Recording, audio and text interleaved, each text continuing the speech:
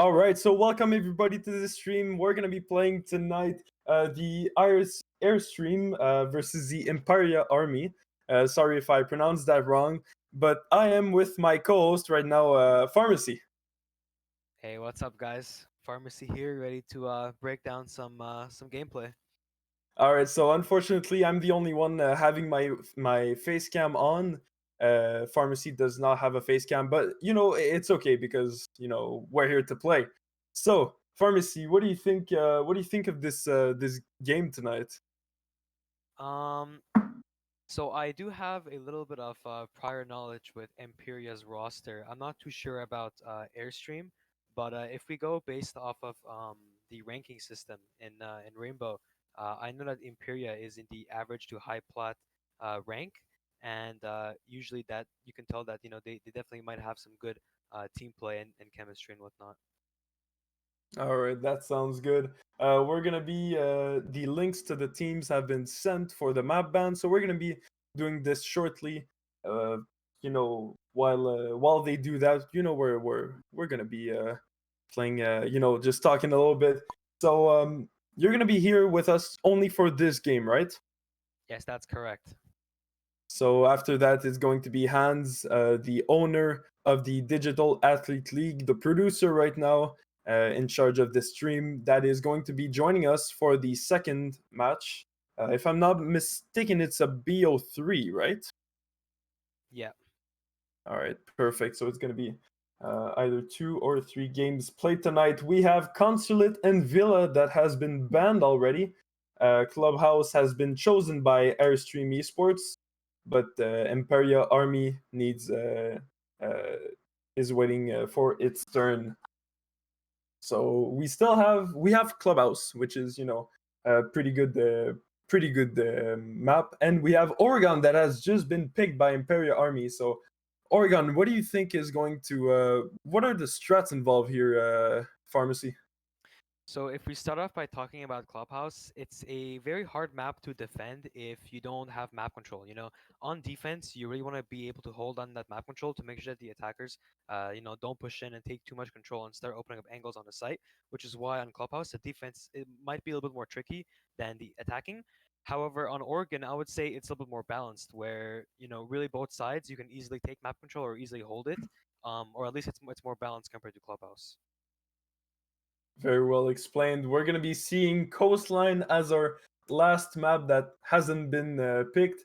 Clubhouse is going to be our first map tonight. Airstream, who is going to be starting defense, and Imperia Army offense. So we're gonna be seeing this tonight, and Oregon as our second map. Airstream is also going to be defense, which is pretty interesting. From the Imperial Army to choose 2 times offense. But yeah, I mean, what do you think about that? Um, I think that so as for if they make it to the decider, for example, Coastline is a very interesting map. It's a hard map to play, so I'm not too sure. Yeah, indeed, it's very interesting. It's my second time seeing this. Coastline, our third map, Unchosen map, has been picked. Um, it looks like Airstream is going to be going 3 times defense if, of course, it goes to the third map. It's kind of very interesting because we know that defense is more advantage in sub maps. So yeah, I'm pretty surprised to see that. Yeah, if they really know how to hold their bomb sites and hold on that map control, which is once again very important, then they can definitely come out with the edge on by having defense multiple times in a row. Indeed, we are still waiting on the players here. I have sent my invitations to the players. I'm hosting the game tonight, and it doesn't seem like there are any people coming. Right. So if I'll, I use my rainbow analytic skills, you know, I can analyze that your favorite car might be a Ferrari. I mean, you were close. It was a sub 93, but no, but I mean, it's unfortunate. We're gonna have to wait a little bit just for the players to be coming in the match.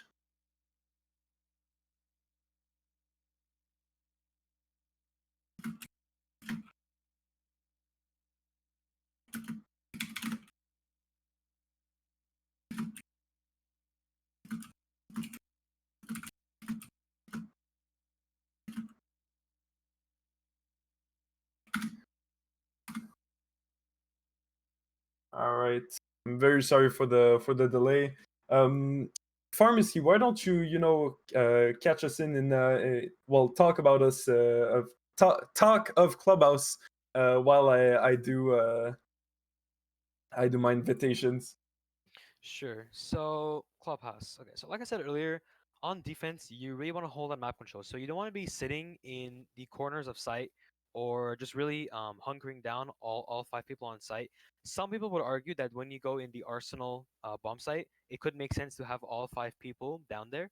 However, it's really beneficial if you have one person who's playing a little bit sneaky, a little bit off the side, so that he can use how big the map is to eventually go for a flank.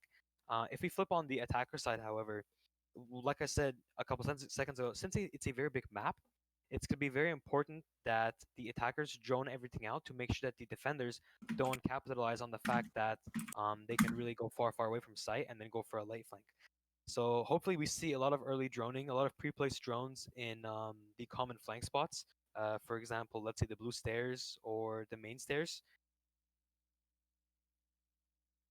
If we move on after that to Oregon, so Oregon is, I would say, like I said, a more balanced map. So on defense, you usually do more strats that are already normalized, if that makes sense. So I feel like we're gonna be seeing nothing too unique, nothing very new. However, like I said, since it's very balanced, the attackers don't have to do much. For example, if they go upstairs, the attackers can easily do a split where they push from the bedroom breach and from the attic breach, and that could easily work on the defenders unless they have something up their sleeve. And then finally, if we make it to coastline, coastline is a very volatile map. You know what I mean? If that makes sense. So it can really go one way or the other. It really depends on the team's chemistry and kind of if they really play together, and if they're winning their gunfights at the end of the day. You can definitely have strats on coastline, but if you put in a position and you lose your gunfight in that position, then you open up a lot of map control to the attackers or vice versa to the defenders, and that could definitely be an issue for one of the teams. Very interesting. I'm just trying to this. All right, perfect. So we have the Emperia army joining in the match. We still have no contact on the Airstream team, which is unfortunate because I'm trying to get this game started, but it happens. So we have a full team of Emperia ready. Just need Airstream and we'll be good to go. Fortunately, the captain of the team doesn't seem to be responding to my friend request to be inviting him. It's unfortunate, but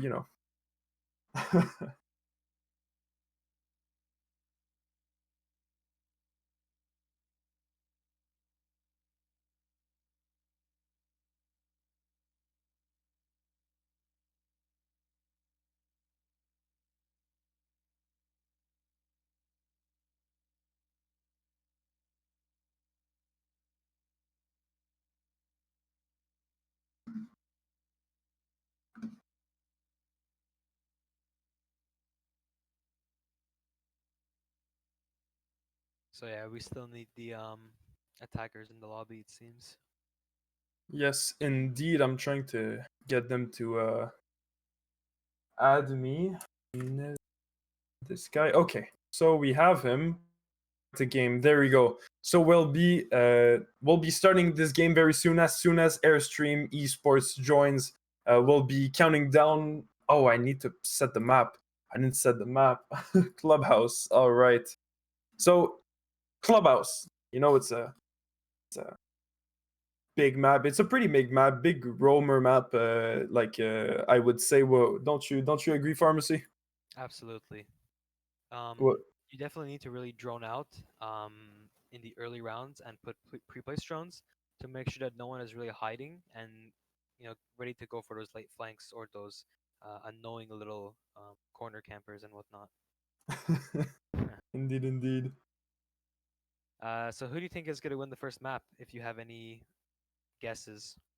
Unfortunately, these two teams I've never casted, I've never seen, so I can't really not pick a side, but with the oh wow, I'm looking at the profiles right now. It's plat 1, plat 3, plat 2, level 300 and more, which is pretty interesting, pretty insane. I'm not gonna lie. So it looks like very experienced players. So we're gonna see pretty experienced and pretty complex strats, which is pretty nice for a game like this. We are almost ready to go. There we go. We're ready to go with the Aerstream esports versus the Emperia army. So I'll be counting the players in. All right, guys, welcome to the stream. Welcome to the game. We're going to be powering up this game right now. So I just need a team ready from both of you guys, and then we'll be good to go. So we have ASC ready, we have Aerstream, and we have Emperia. All right, so good luck, have fun, guys. Let the best team win, and let's not be toxic, all right? So good luck, have fun. And we are on. There we go. We've been waiting a little while, and now we are good to go. Be very, very fun. Yep, hoping for a great match. As you showed the ranks earlier, it seems like it's going to be a fair matchup. Just to know who is starting defense. Was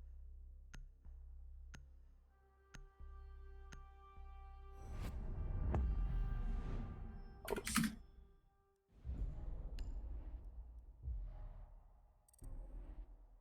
Crap, I did a little mistake. I'm very sorry, guys. I switched the roles of attack and defense, so we'll be just a little minute. Crap. Very sorry about that. It's gonna take a little minute. Spectator. Shoot.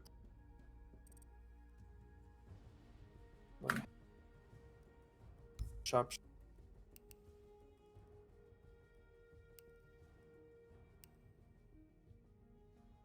Was scarce. In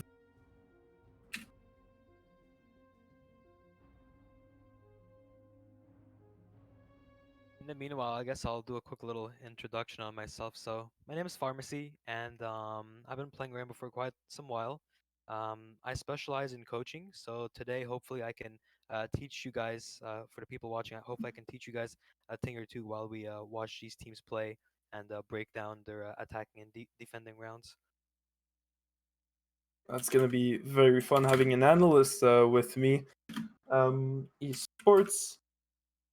It's going to be very, very nice. Team.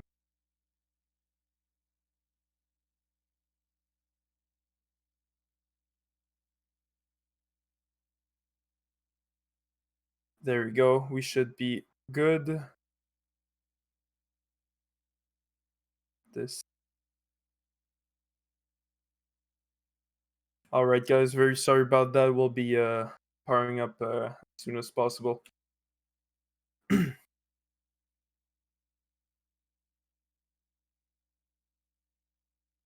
All right.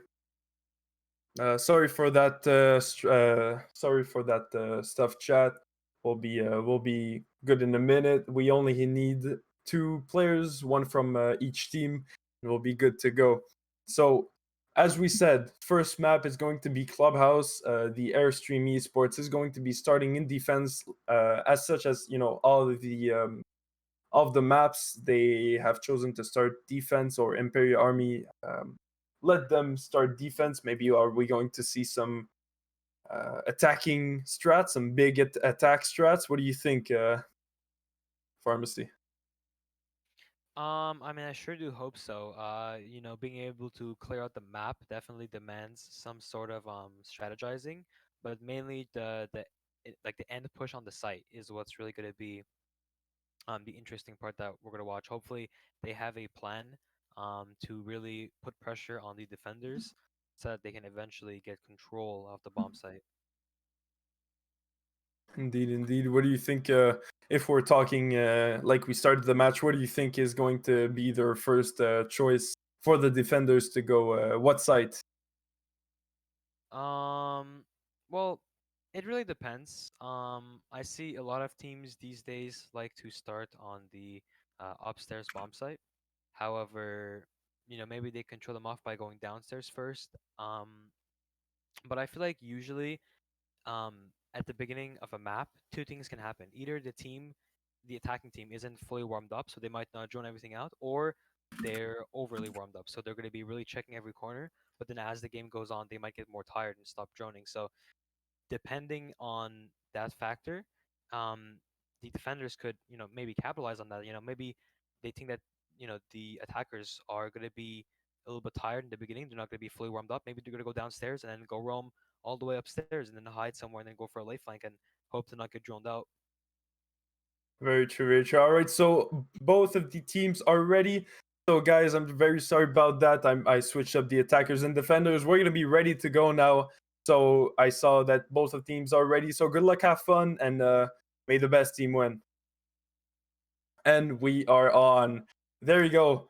All right, first game of this best of three. Now it's going to be a very, very nice game. Both of these teams have very experienced players. So we're going to be watching a very, very intense. I assume we're going to be watching a very, very intense game tonight on the DAL. Absolutely. While we're talking clubhouse, we're talking attack, we're talking hot breach, and that's what I was going to say. Hibana, what do you think? I was about to say, what do you think we're going to see like bans, but we see Hibana hot breaching, hatches and stuff like that. Yeah, so the main reason that they probably banned Hibana is that the hard breaching is a lot harder to do. So when you're only left with Ace or Termite, the problem is that they're both a lot less um, maneuverable. They're both slower operators. Hibana is a fast speed character, which means that she can move around the map a lot faster, breach hatches a lot faster, while as the two other operators are a lot slower. So that may tactically give the defenders a little bit more time to play around with. That's very true. We're gonna see Kaid or Cade being banned right here. Electricity is very important in this match. In this map, sorry.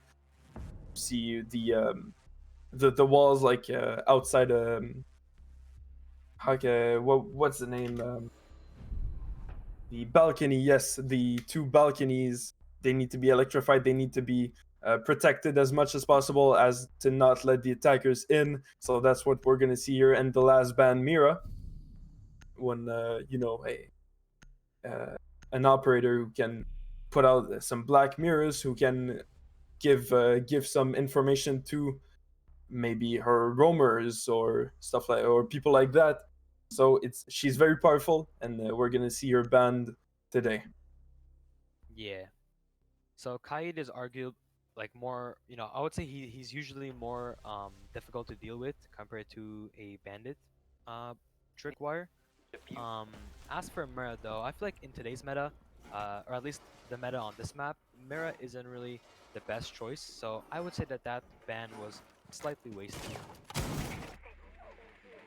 I mean, you're right. Mira is a little less used right now, and plus her black mirrors can only go on so many walls.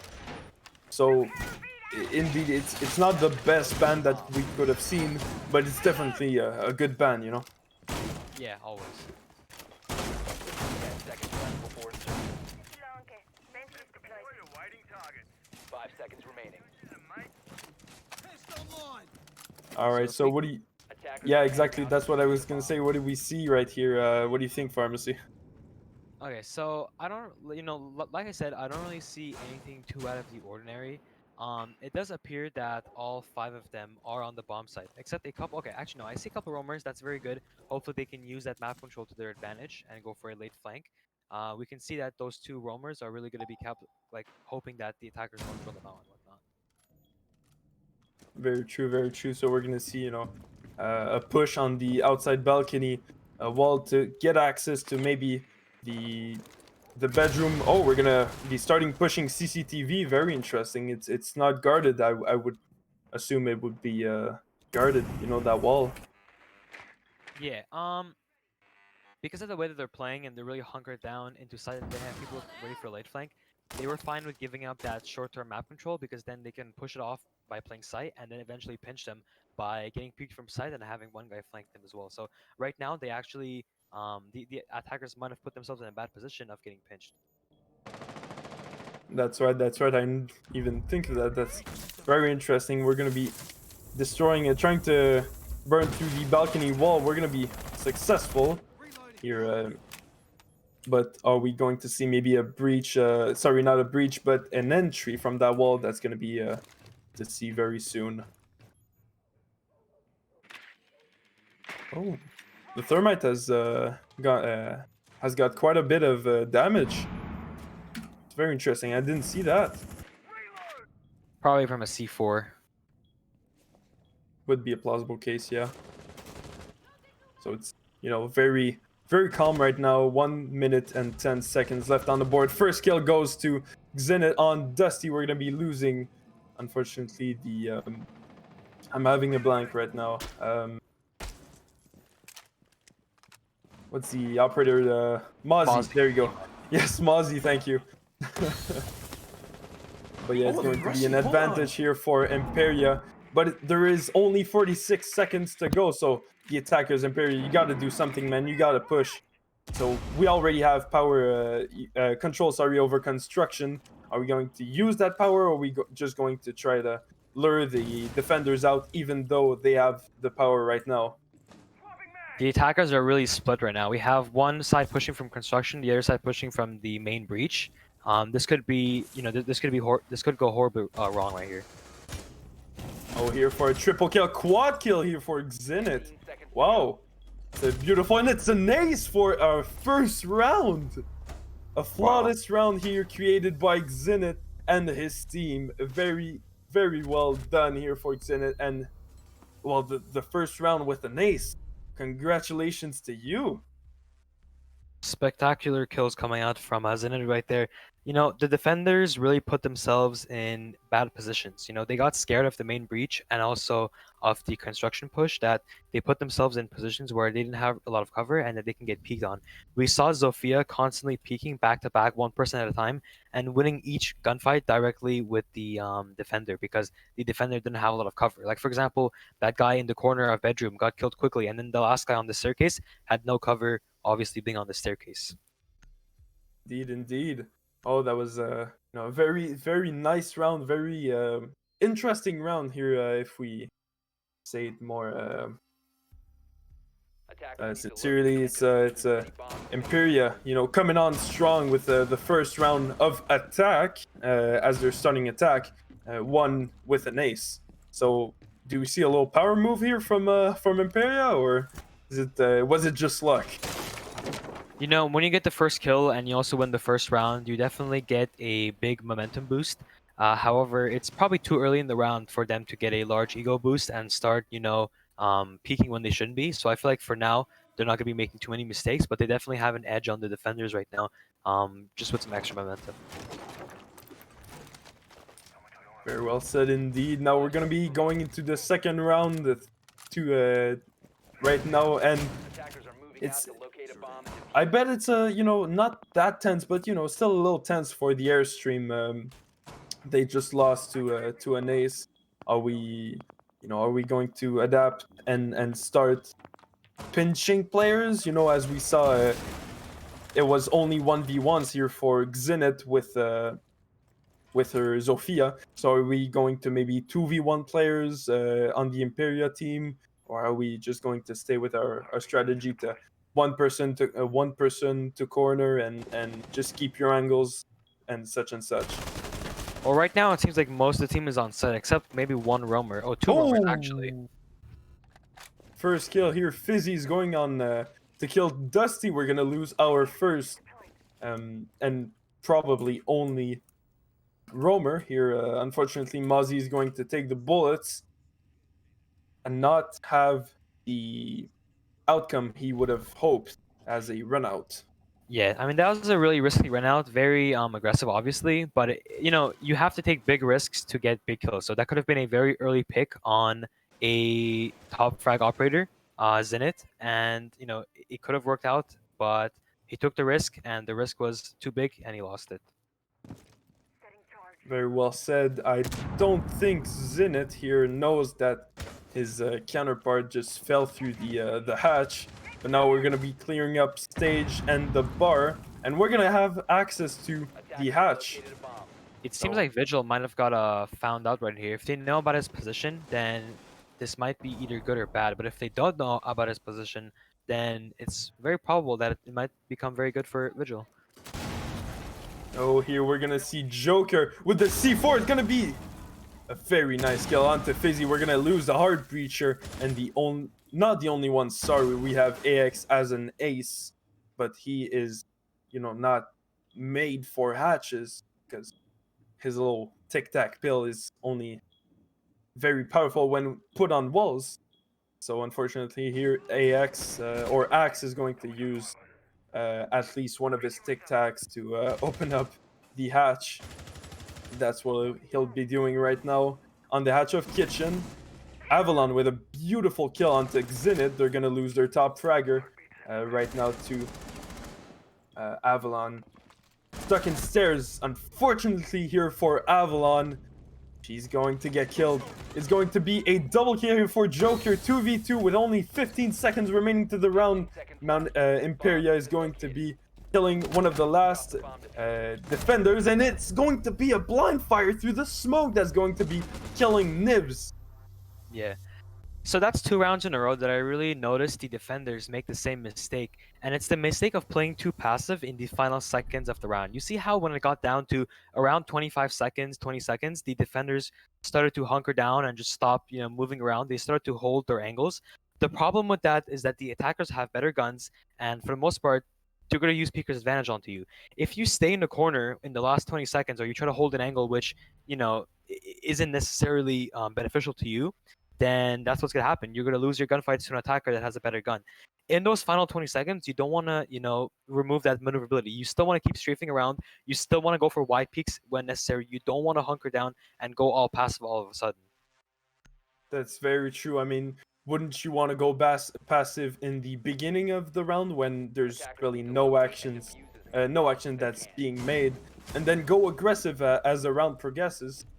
Maybe Well, catch the attackers off guard.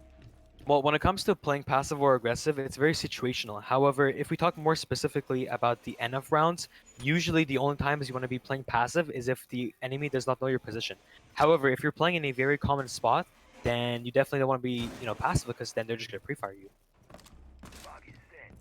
It's very, very, very true. It's always situational. You always need to have the context to determine whether you're going to be passive or aggressive. I mean, if you're only one player down and there's 15 seconds left, then it's all out, aggressive, as most players do.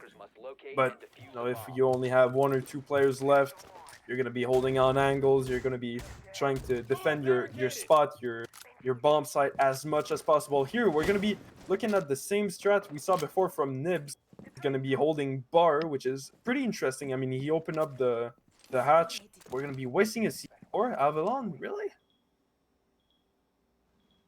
It seems like he realizes that the push is really coming from blue, and I guess he wants to make a rotate to scare them from getting blue control, because obviously the attackers realize that the strat holds a lot of map control, and that the easiest one is the fastest one to take is going to be Garage and the blue side.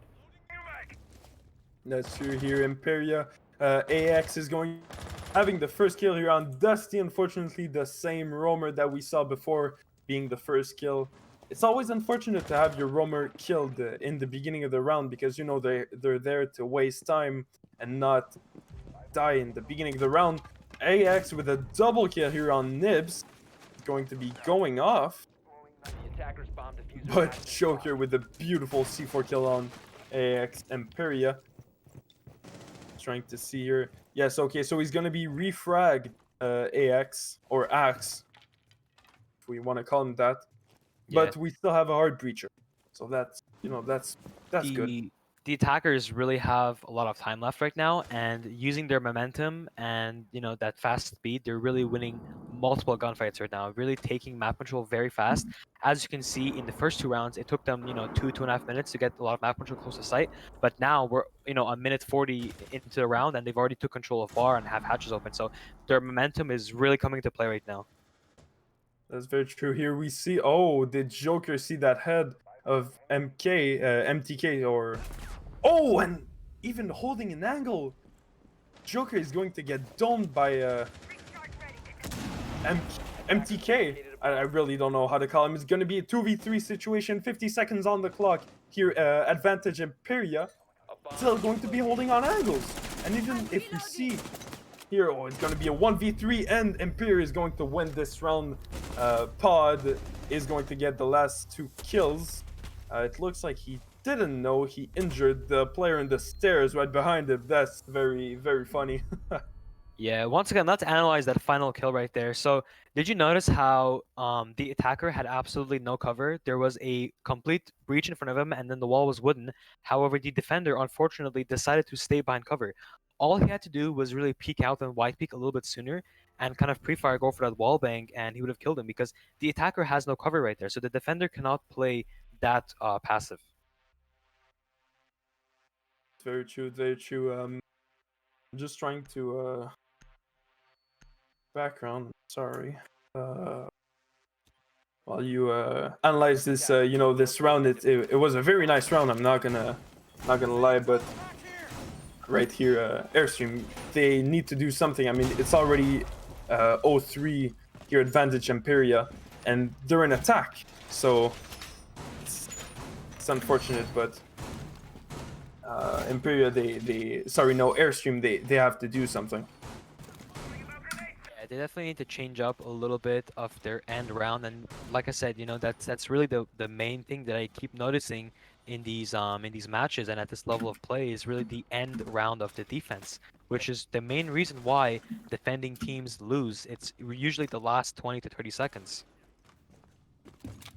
That's very true, very true. All right, so we're gonna be starting the round 4. I'm just trying to. Sorry about. I'm gonna put my Uplay to disconnect. Sorry, not disconnect, but not disturb. I'm very sorry about the notifications. All right, 2 minute 45 left in the round.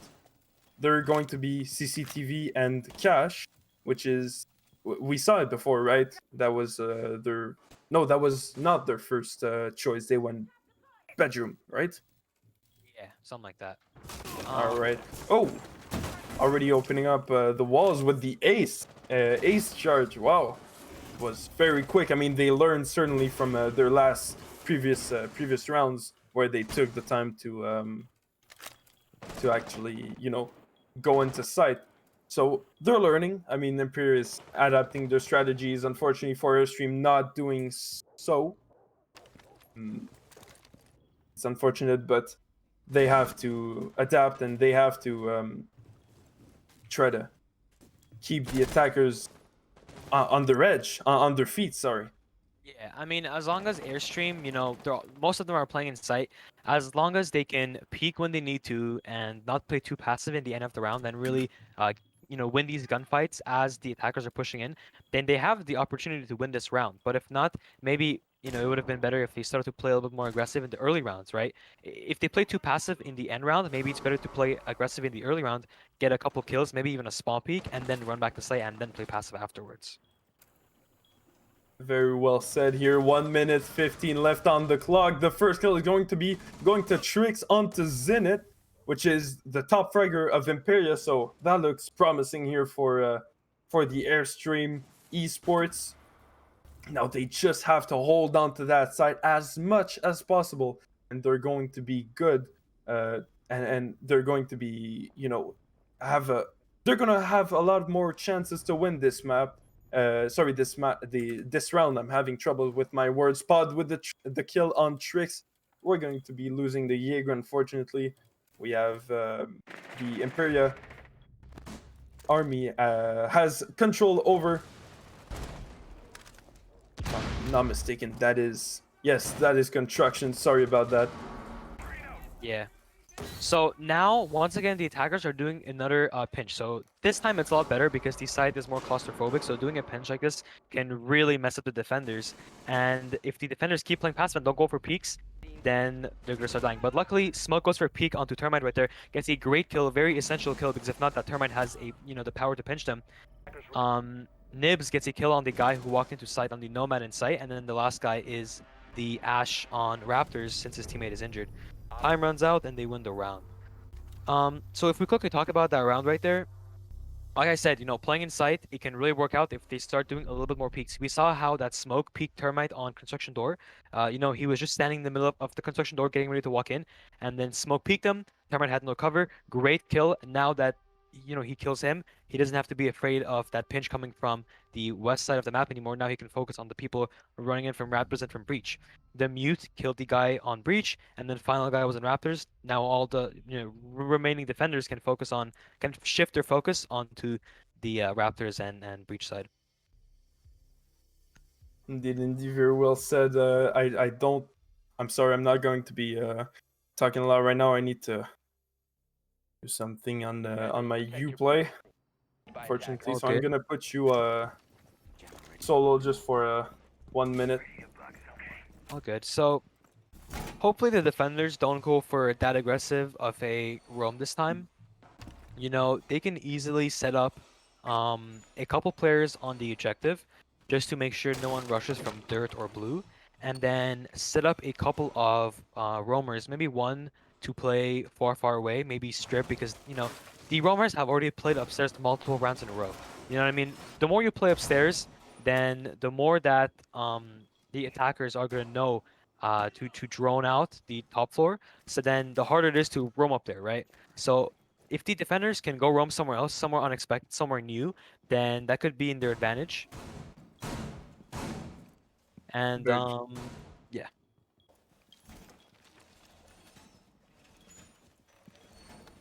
We So got I Joker mean, giving us a little dance right here. yeah, that's what I was about to say. 2 minutes 40 left in this round. We're just in the beginning, so we don't see anything. Always gonna be spotting MTK. I really don't know if I should be calling him Mount or something like that, but it's complicated. So right now it's very passive. We're just droning out. Maybe try to see if there's any roamers. Maybe Dusty. No, he's going to actually be playing near site, which we haven't seen in the last couple of rounds, being the first frag of most beginning of rounds, which is unfortunate. I mean, when you lose a roamer like that fast in the round, it's always unfortunate. Trikes with the first kill on Poud, Emperia. He's going to be going for a surprise attack, but unfortunately going to be refragged by Zenit. We're lucky Yeah. we got that on camera. Once again, very high risk. Could have been high reward by once again killing the top fragger Zenit, but once again that high risk ended up falling onto the negative side, and he lost that gunfight. They have to start understanding that the more high risk plays you make and the more you lose, maybe you should turn down the risk and just play like a normal roamer, just go for a late flank and hope for the best that they don't drone you out, instead of just exploding a wall and trying to pick them all the way outside. That's where you could have been a little more patient here, Fizzy. Dusty, you made a bad decision, right? Peeking your head onto an open hatch. Unfortunately for him, we're gonna be losing him. Oh, we're going straight in with Zenit here. Just balls deep, go for it. And looks like Smoke or Mute, sorry, is ready with the shotgun, ready to attack any possible attackers who is going to be coming in. Unfortunately for him, he's going to be killed in the back. It's going to be a 2v4 situation. 1v4, sorry, Joker is down right now. So 1v4 situation. The plant is going live, and it's good. The plant is good. So we're going to be downing MTK. We're not going to be having the head here on the main stairs. I don't know if that was it. I believe it was Fizzy with his thermite. 30 seconds left to the diffuser. Is my man Nibs going to be able to defuse that diffuser? I wouldn't think so. He has two people to deal with, and the time is running out, and he dies. Alright, so there's really a lot to talk about in that round. Let's start off by talking about my opinion. So first of all, I think that Mozzie was actually the wrong choice in this scenario. So Mozzie's a good operator, but they already had an information operator, which was Pulse, right? Mozzie usually counts as a information operator. What would have been better would have been to take a Melusi or any other trap operator. Now the reason why is because you can place a Melusi on that main hall or on the main stairs or even in blue, and the benefit from that is that once it comes to late round and the attackers start to push down, as we saw, they push down into main, they push down into moto, and then one of them push down into blue as well. Those Melusis will slow down the attackers, giving the defenders a chance to peek them. However, since there was no trap operators, the attackers basically had a free passage. They were able to get control of main stairs, breach the wall, and then just simply walk in and just win gunfights because the defenders, are getting pressured and pinched. Very well said here. You should, I couldn't even analyze that round myself. Very well said. So we're gonna be seeing here actually the same loadout as we saw a couple rounds back when they went bedroom, like the first round. We're gonna see a Mozzie again, Dusty with his roamer strats. Unfortunately, are we going to see him getting killed in the beginning of the round, or are we going to see him successfully getting a flank kill or something like that? Yeah, it's kind of funny. So you see how the upstairs bomb site is a lot closer. I would say it's a little bit more claustrophobic than the basement. Basement, has a bigger a square footage of bomb site, if we want to call it like that. But for some reason, they're bringing the trap operators upstairs. They already have a castle to slow down the attacker's passage. I would say that the Melusi should have really been brought downstairs instead of upstairs. You know what I mean? But hopefully they can make it work out. I mean, it's still a very good operator. And he's really going for that late roam. Maybe he can do a late flank or go for a C4 kill. He's probably expecting the attackers to push from the cache side once again, which is a good push if they can go for that split using the main breach again. Indeed, indeed. I couldn't agree more. I mean, we see Thermite going on to balcony here, just waiting for his buddy Pawn probably to destroy that mute jammer.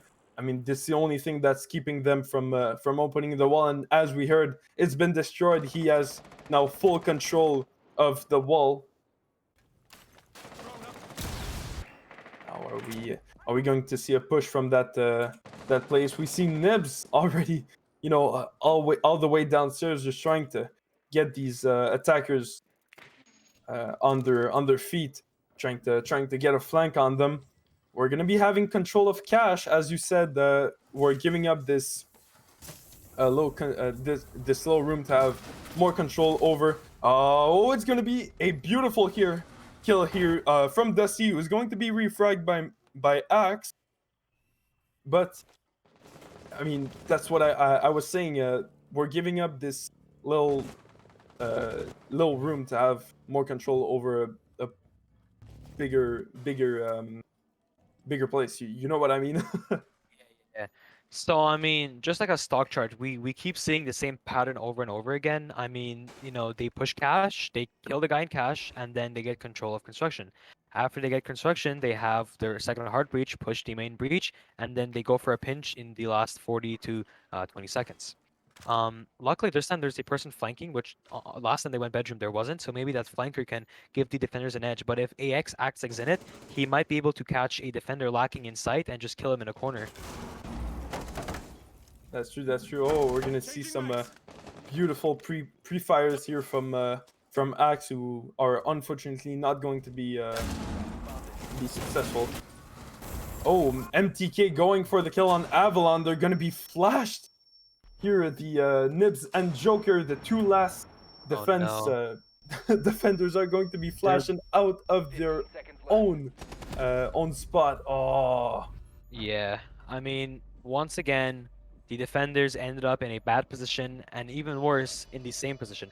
Wait, let's quickly talk about that Melusi charge. I don't know if anyone caught that. That Melusi charge was on the top of the main stairs when they already had a player, or at this stage, two players playing that. Little tip, guys. I would recommend that you put your traps all the way at the bottom of the staircase, especially if you're gonna have a teammate play there the entire round. And then again, I wouldn't even recommend we have someone play there, right? The staircase is a really dangerous position. That's back to back that the last player is alive on that staircase. Now you might be wondering how come the guy on the staircase is last alive? Not because it's a good position. The reason why it's a bad position is because he can't do anything from there, right? He can't really peek the breach unless he exposes his body. He can't hold a sight from there. So he shouldn't really be there, in my opinion.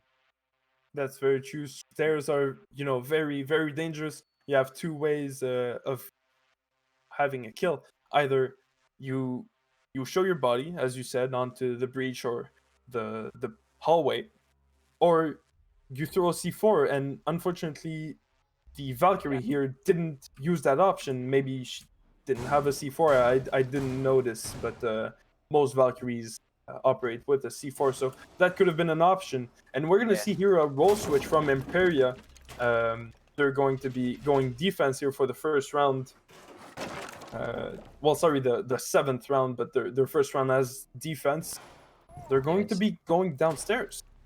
So what we can expect from Imperia on defense is a lot more aggressiveness, a lot more peeking. So right now, Imperia has the edge. They have the momentum, and based off the way that they were playing as attackers, it seems like they're ready to peek. They're not afraid to peek the attackers. They're not willing to give up that map control as easily as Airstream was on defense. However, we might see Airstream maybe, do a lot better on attack. Maybe on attack, they're really good with the guns. Maybe they're really good at clearing the map, as a team. And yeah, we'll see how it turns out.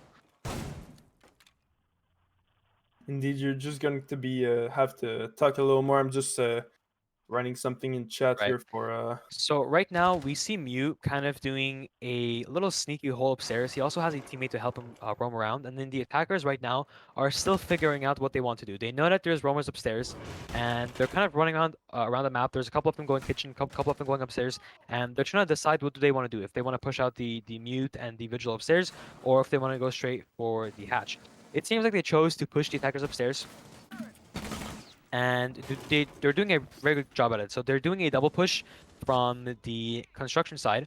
They have a guy on garage to go for a little bit of a flank on the roamers. However, Mute gave up his position, took a lot of damage, and went all the way back on his site. We still have Vigil left, who can use his scanner to hide from the drones, but it seems like he came back to site as well. He didn't really want to take the gunfights. He wanted to play it safe, and that's totally fine. On this site, they took too much damage. They didn't feel comfortable with roaming anymore. Their positions were compromised. The only thing they could do was, either go for a peek or go back to site. And the safer bet was to go back in the site. Obviously, if they wanted to play risky, they could, maybe try to peek them, try to impact and run out like Airstream was doing, but they decided to go for the less risky play and go back in the site and have a higher chance of possibly winning the round from the objective. That's very right. I mean, here we're going to be very passive from the Airstream, who are now in attack.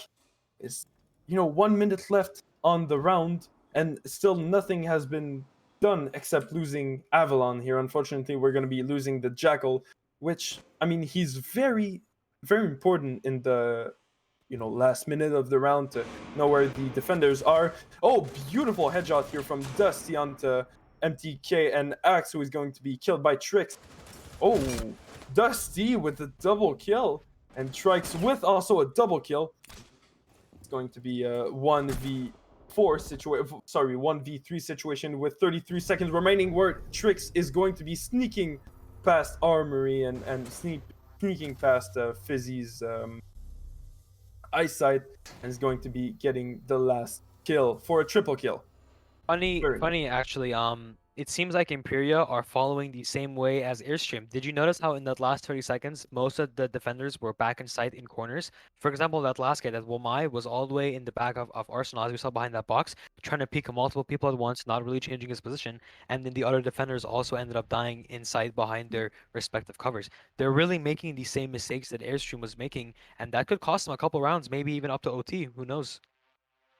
That's true. I saw that, and I was like, you got to move, man. You got to do something. But multiple attackers were peeking him at the same time, and he was just trying to, maybe kill both of them at the same time, even though they were in different directions. So that was the downfall for him, and he let the round, unfortunately, get to the arms of reach of the attackers. Now Airstream with the second round win. Going to be very interesting. Are they going to come back from this unfortunate five Well, but round yeah. loss?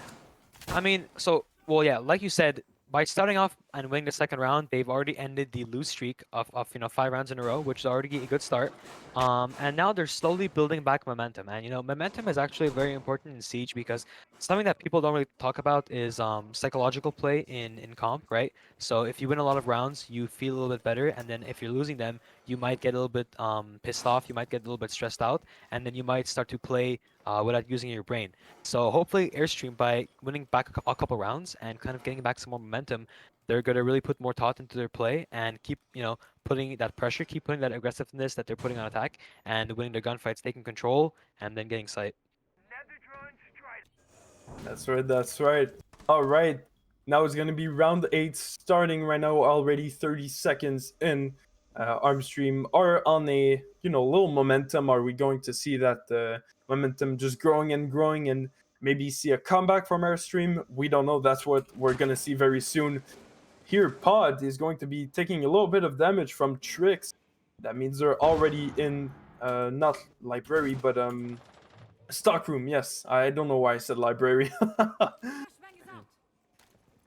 Maybe you're interested in reading some books. It happens. It happens. A lot of books to be read. However, it seems like Buck just got his book read by Pwed. He knew exactly where to put that C4 and got the absolute freest kill ever. And then now his position is given away. So he's gonna hopefully go for a flank, but he might get caught off guard by an attacker who's ready for him right now. That's true. That's true. A beautiful C4 throw from unfortunately, was it Pwed. Pod? Was it Yeah. Or Pod Pwed. I'm not too sure Yeah. exactly how to say his Pwed, name either. yeah. But a beautiful C4 here that got him a kill. It's still a 4v5 situation here. Advantage Emperia. So Xenit has been spotted here by Joker. It's going to be a 1v1. No, Joker is going to back off and no, coming back. Dusty getting killed by Pwed or Pod. We're gonna ask our producer what it's called. Tricks. Beautiful carry here. Refrag on Pod.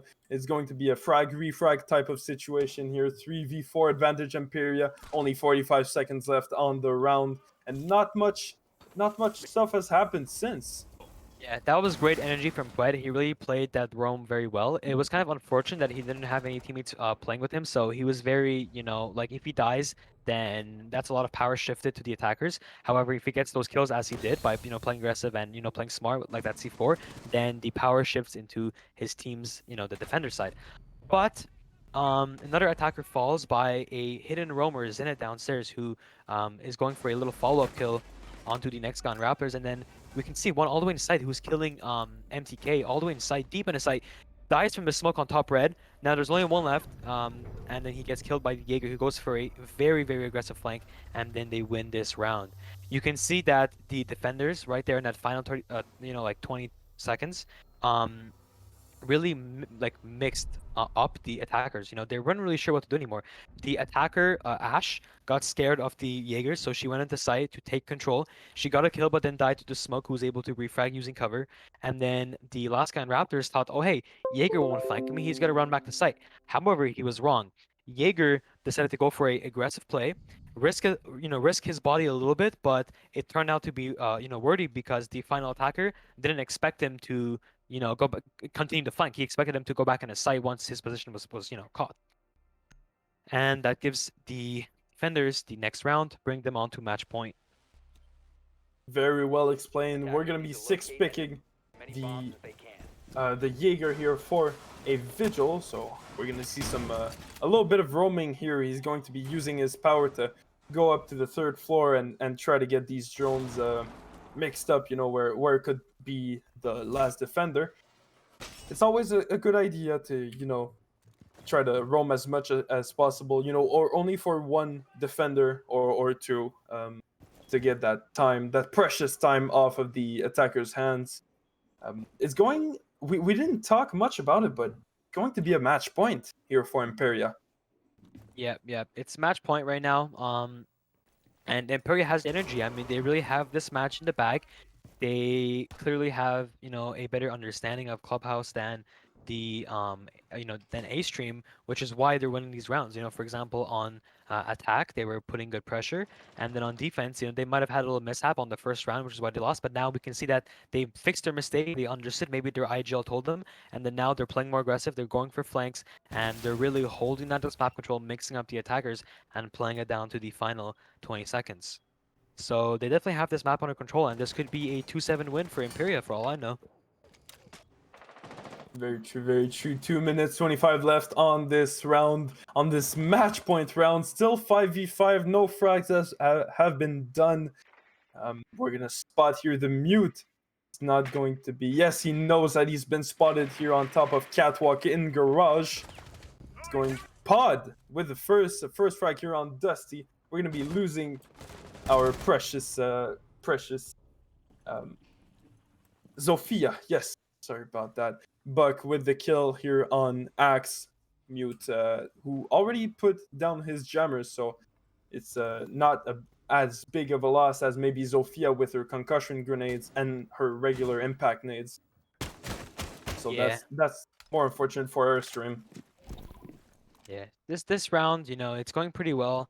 I mean, the defenders got a kill. Unfortunately, their mute did die in that process.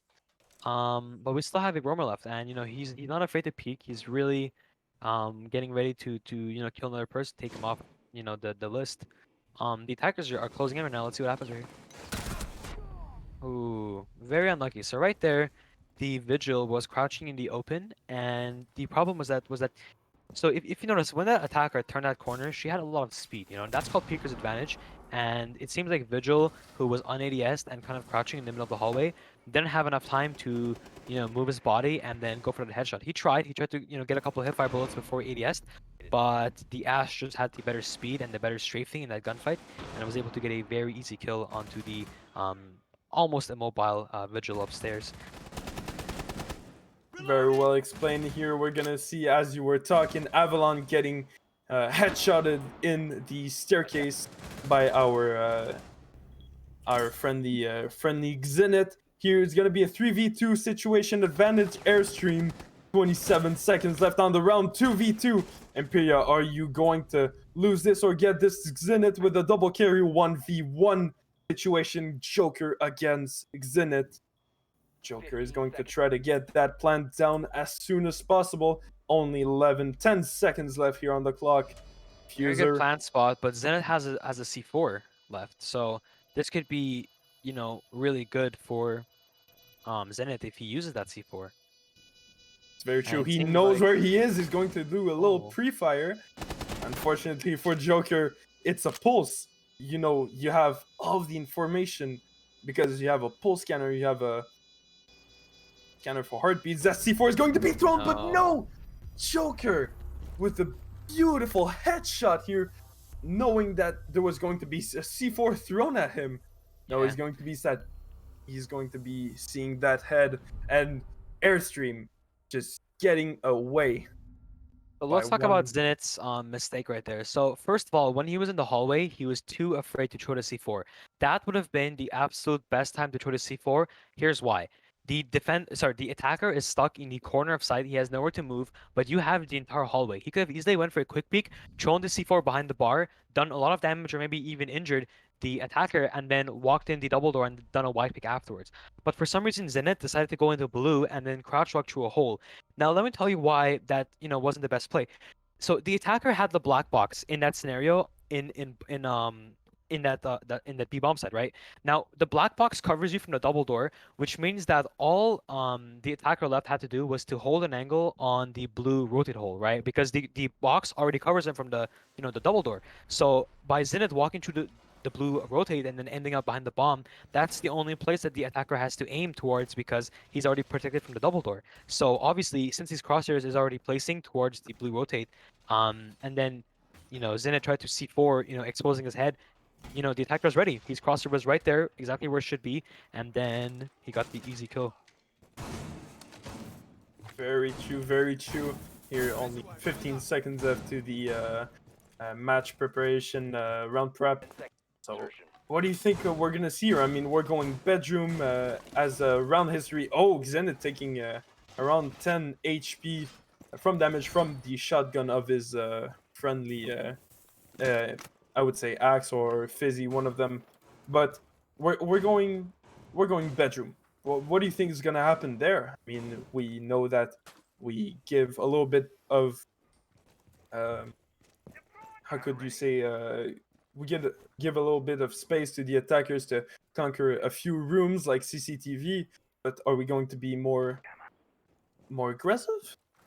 Yeah, well, I mean, they did that last round. The attackers gave up, a lot of map control. Or sorry, the defenders gave up a lot of map control. However, you saw how it came down to a 1v1. So you can tell that Imperia, still. So sorry, Airstream still have a foot in this game. They're not completely down and out yet, but it's really tight. It came down to 1v1. It's really getting hard for them. And then the initial kill coming out for Imperia right now, which puts them in a 5v4 advantage. Seems like Trix tried to do like an aggressive little push because he died pretty much alone. And then he got killed off by Zenit, who is also their Jaeger player right now. So it seems like the mental play might be coming into play right now.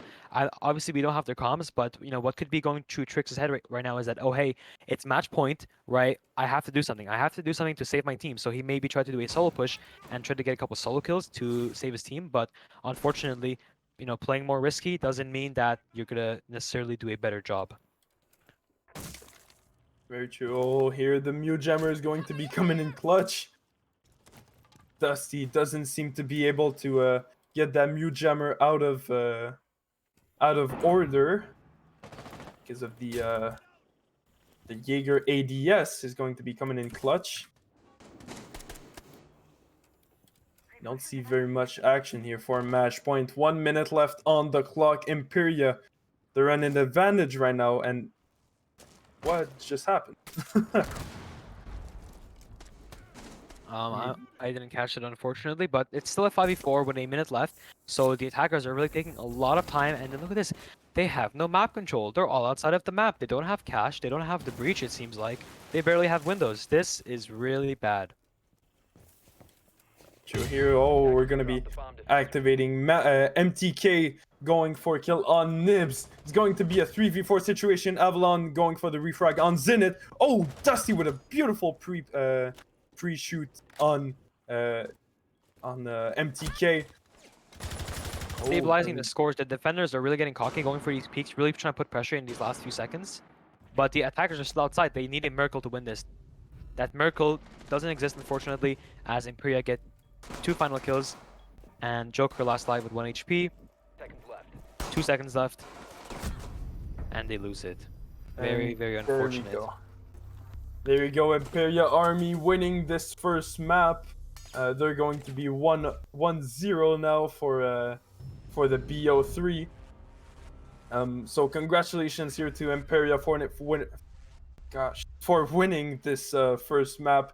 What did you think about their attack about Imperia? I mean, they were very creative in a way, in sort of push that kept the defenders on their feet, on their toes.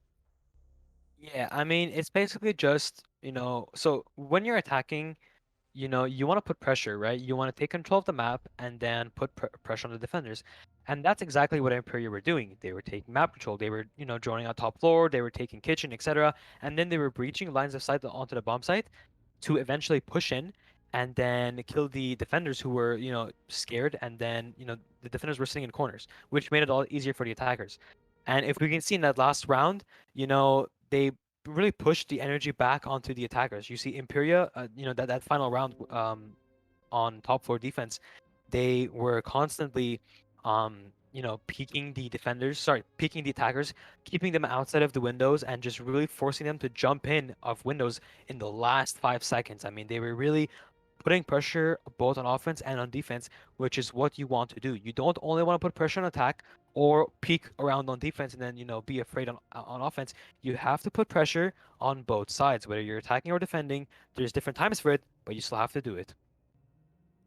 Very true. I mean, they were really at the last second here for Airstream.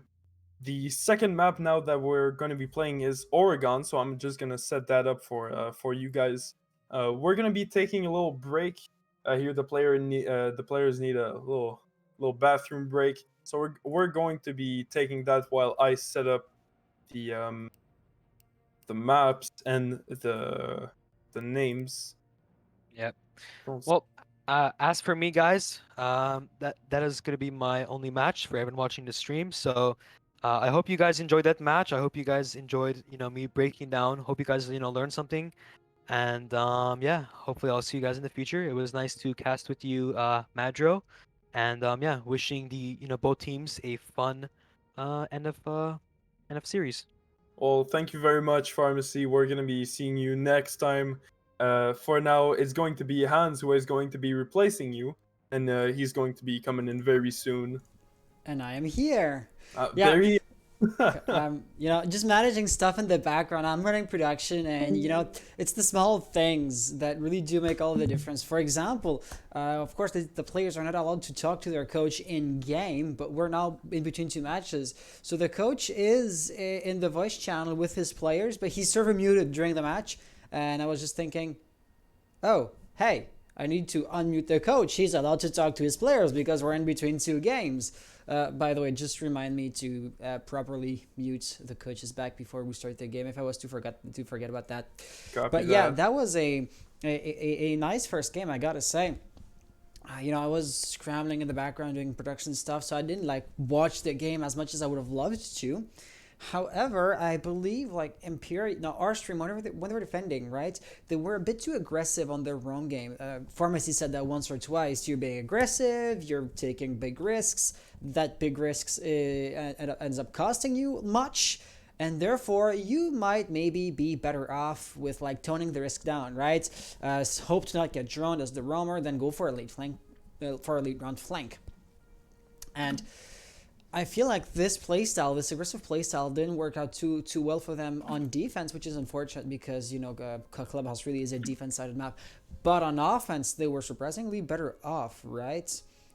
Yes, indeed. Airstream did a good job on offense, just trying to get Imperial Army to give them the rounds back that they should have won in defense. It was basically. Yeah, it was a very nice, very nice rounds for Airstream in offense. But as Pharmacy said in the last couple of rounds, that they weren't in control of the map of the situation.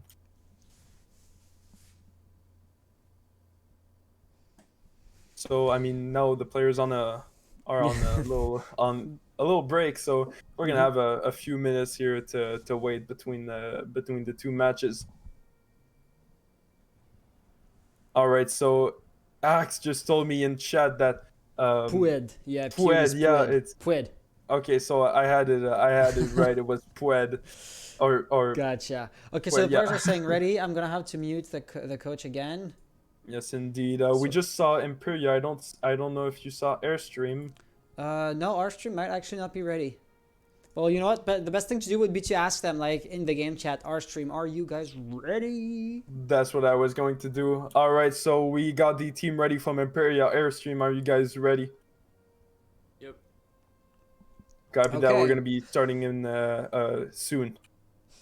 So hey, right. I'm server muting the coach. So we're ready to go whenever you are.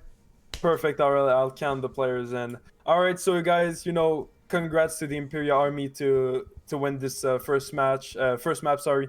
And we're gonna be going into the second map, Oregon. Airstream, you're starting offense. Yes, offense. And no, hold on. yeah. So Imperial is attacking first. Defense, yeah. So orange team attacks first. That's it's perfect as is. Yep. No, you're right. All right, my bad. So Airstream, you're starting defense, Imperial offense, and well, good luck, have fun, and may the best team win. Without further ado, let's jump right into it. You're damn right. All right, let's do this. Are you ready? And I just realized I saturated the mic by doing the hands clapping thing. Yes. Okay. So, like I told you, I didn't watch as much of the previous matches I would have loved to. But I feel like this map right here is a bit more I want to say favorable, or has roaming a bit more viable in the sense that there are larger rooms, right? The only single large room that you might have would be bar, but you have, for example, meeting, kitchen's also fairly large, and I mean basement area, top floor, all of those nice things that do allow for a roamer to go unnoticed for quite some time. So I would say that in a sense, expect Aerstream, if they were to keep the same playstyle as they had before, to perform marginally better, somewhat better than before. But then again, a lot of other factors come in, right? How much did they practice the one specific map? Did they create custom strats? Like, they just know the one map better?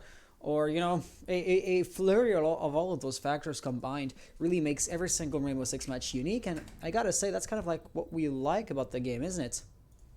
Absolutely, I can't agree more with you. So the bans here are going to be Nomad, Thatcher, Kaid, and the last one who is going to be, you know, in 10 seconds. But we noticed Thatcher, you know, universal ban, and Kaid, you know, very useful for his electro claws. Mira, another ban. I mean, another ban that we saw last match.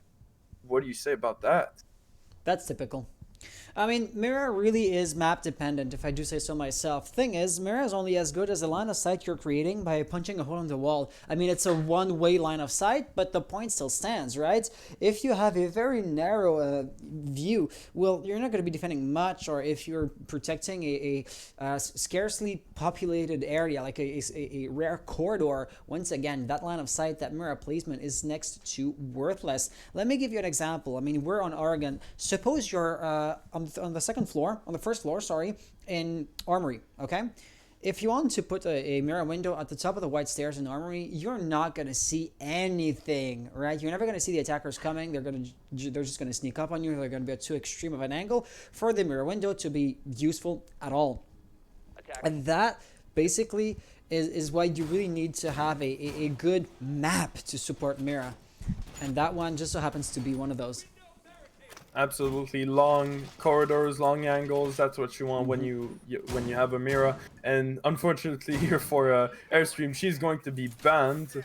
But you know, that's all right, because we can use other operators to do basically the same thing. I mean, we got Valkyrie cameras. We got now we got here Melusi buzzing thing. You know, a buzzing toaster, and you know, gadgets like these that can make the defender's life job a little easier. Yep, absolutely. I mean, Mira, I know that what I'm about to say will sound somewhat, let's just say, controversial, but I would say Mira kind of falls in the category of an intel operator, because think about that. An intel-based operator such as Valkyrie would be the typical example. The cameras serve the purpose of seeing without yourself being seen, right? Knowing about the enemy, something without, you know, having a direct line of sight so that they can also know where you are and what you're up to. Mirror windows, even though you have to have a proper player doing the watching, it still falls into, it still does tick those boxes, right? Seeing without being seen, plus the added factor that you can, you know, pre-fire and quick peek with a mirror window. But at that point, it's also slightly similar to maybe, you know, an ace charge or an ace evil eye. A maestro evil eye, god damn it. Yeah, speaking of ace charges, he's trying to breach the wall, but there are mute jammers there. Though I guess MTK is going to be working on that. It's trivially easy to just open up the ceiling and destroy the mute jammer from there, and that's where you have it. Nibs is already receiving some kind of pressure. Absolutely. I mean, if we were talking about the Mira, she's an intel. I mean, what could she be? Like other operators, she's an intel. She needs to stay at her window to get as much information on the hallway or on the window. You know, opened up window as possible. So yes, she is an intel operator. You were totally right. So looking at this situation right here, Imperia, they're clearly going for a two-pronged push, and that drone's going to die immediately. But basically, right, they're coming from Master's bedroom, and the other half of the team is coming through the attic area. There seems to have been a natural shot from beneath, but that did not get the kill. It's unfortunate because, I mean, everything was good, and Zenit is going to go down. He is very likely to get revived, but at the same time, that will distract resources. Oh, Ying, for example, using one of her Candela charges, another natural shot being tossed into nothingness. Losing a Candela charge just to cover a revive is once again a costly way of reviving a teammate. It is needed, don't get me wrong, but it is going to make the final push so much weaker. As I say this though, Dusty falls down, Avalon gets a refrag on the Pwid. We had, yeah, his name is Pwid. Yeah. And yeah, so 4v4 situation. 35 seconds on the clock. The attackers are well poised to funnel in, but they yet have to do so. A few key gunfights will have to erupt. Nibs is going to get a nice one on MTK, leaving us in a 3v4 situation.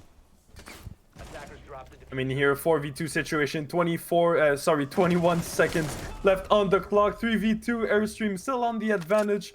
Their defense, so they have control of the site right now. The attackers, Imperia, do not have the diffuser, so that's a plus here for Aerstream. It's going to be a double kill for Twix. It's going to be a 3v1 here, Flizzy. Fizzy just have to clutch this, but unfortunately there's not enough time on the clock, and Aerstream is going to win this first round. Yeah, so I mean, Aerstream, they were struggling a bit more on the previous map, so I mean, this is going to be off to a good start for them. Furthermore, I mean, it feels to me like they pretty much never really were on the back foot, right? They were attempting stuff of their own. For example, think of the roaming, right? Mozzie from underneath, tossing Nitro Cell on the ceiling, trying to get the kill on Ace. That didn't work out, but the point is, the attackers, Aerstream, Imperial Army, sorry, were trying to funnel in without going through a proper roam clear before. So that kind of leaves these wild cards, these unknown factors that Aerstream can just use to their proper advantage against Imperia. Once again, the Nitro Cell didn't work out, but once Mozzie has used up the Nitro, what do? You want to walk up the stairs. And I mean, we saw how he was careful enough, didn't get caught off guard by the Claymore, and then he was able to get a kill on Ash. He gets refragged, of course he does, but that still does put a damper on the attacker's push, and that damper, that slight pause where you have to turn around because there's a roamer creeping up on you, is just going to give barely enough time to the defender on bomb site to turn around if they were to get like caught off guard, or to rotate if their previous anchoring spot was to become a bit too compromised. You get the idea. And so all around, like I said, the objective itself was not ever truly compromised, and the attacker's push, though coordinated, once again two-pronged and everything, was slightly too hasty because it didn't go through the proper like preparatory phases of like clearing out the rumors and everything. Very true, true. I'm reading in chat here. There seems to be problems with Moss. I mean, it's not the most reliable software we have. It is so not. But it's the only one we got, so that's what we're gonna be using. I mean, you know, it gives us time to, you know, talk about more about that round. We saw, as you said, that the attackers won the back feet. We saw Zenit being down pretty not that early, but you know, 2 minutes in. It's going to affect the strategy of the attackers, but they tried to push back, they tried to open up walls. It did work, but unfortunately they did not get the kills they wanted, and that's you know, that's fortunate for them, but it's Rainbow Six. It's Rainbow Six. So at the end of the day, this was just the first round. So of course, both teams have plenty of time to rethink their strategies. Either in the case of Aerstream, double down on what they were doing before because hey, it was working, and on Imperia, well, they lost one round. You can chalk this up to being a learning experience. And I mean, losing a point to now know how their opponents tick and to now know how to counteract them, assuming they act on it, is not a foolhardy investment, isn't it now? So second defense is going to be in the basement area, and the thing I do want to point out is basically the decent amount of like intel base operators, and well, actually I may have to rethink what I was going to say, because no, there aren't exactly intel based operators outside of Valkyrie. Well, I mean, You could consider any trap operator as being an intel-based operator because, I mean, goo mines or Capcan explosive devices or frost traps, it either blows up or you have to shoot it down, which is going to make some noise. But, I mean, this is just a side effect of the core principle of the gadget. It's not like the actual reason for it to be there. So I'm going to rephrase what I was going to say, and they actually have a lot of operators to slow down a push, right? Mute, because of course once you can't drown, you're not going to be too well poised to funnel in, to rush in. Goyo, don't exactly have to draw you a picture of how he can slow down a push. And same thing goes for Castle. There's no sledge, so I mean, Ash and Zofia can only open up so many doors or castle barricades or soft walls. And yeah, combine that with a Jaeger to make sure that when you do erupt in a firefight, so those players anchoring are protected against nades, plus Valkyrie to know where they're going to be coming from. And I guess Aerstream could be pretty well off. That does not mean that the execute is going to be a spectacular fail for the attackers. They could still win their gunfights and everything. But at the very least, I feel like the composition makes sense at its very core. Absolutely. Here, we're already a minute in the round. It's very interesting. The attackers here in Emperia have gone with a different strategy. You're going a little more how to say, aggressive. They already open up two, I believe, two walls, and yeah, you know, and one was the hatch, right? So they have opened up the hatch at the top floor.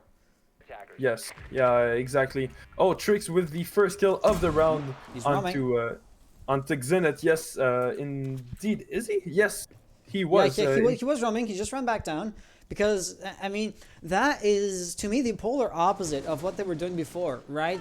In terms of roaming, not take too many risks. You've killed a player. You know that the other guys will want to get their refrag. Do not give them the advantage because Trix, if he was to just keep on looking for a gunfight, I mean, he could have gotten like 3 or 4 kills if he was to like win the engagements, but that's a risk that was just not worth taking, and he realized that, and now, I mean, he killed Zenith, Avalon got also the kill on Axe. That leaves us with Fizzy as the last hard breacher alive, and I would just dare say that if the push has to come through the hatch, there would be a doomed endeavor. So not having the opportunity to open up any or more angles of sights or lines of sights really is going to be a big handicap for Emperia Army. Once again, you still have the Hibana, but it only goes so far.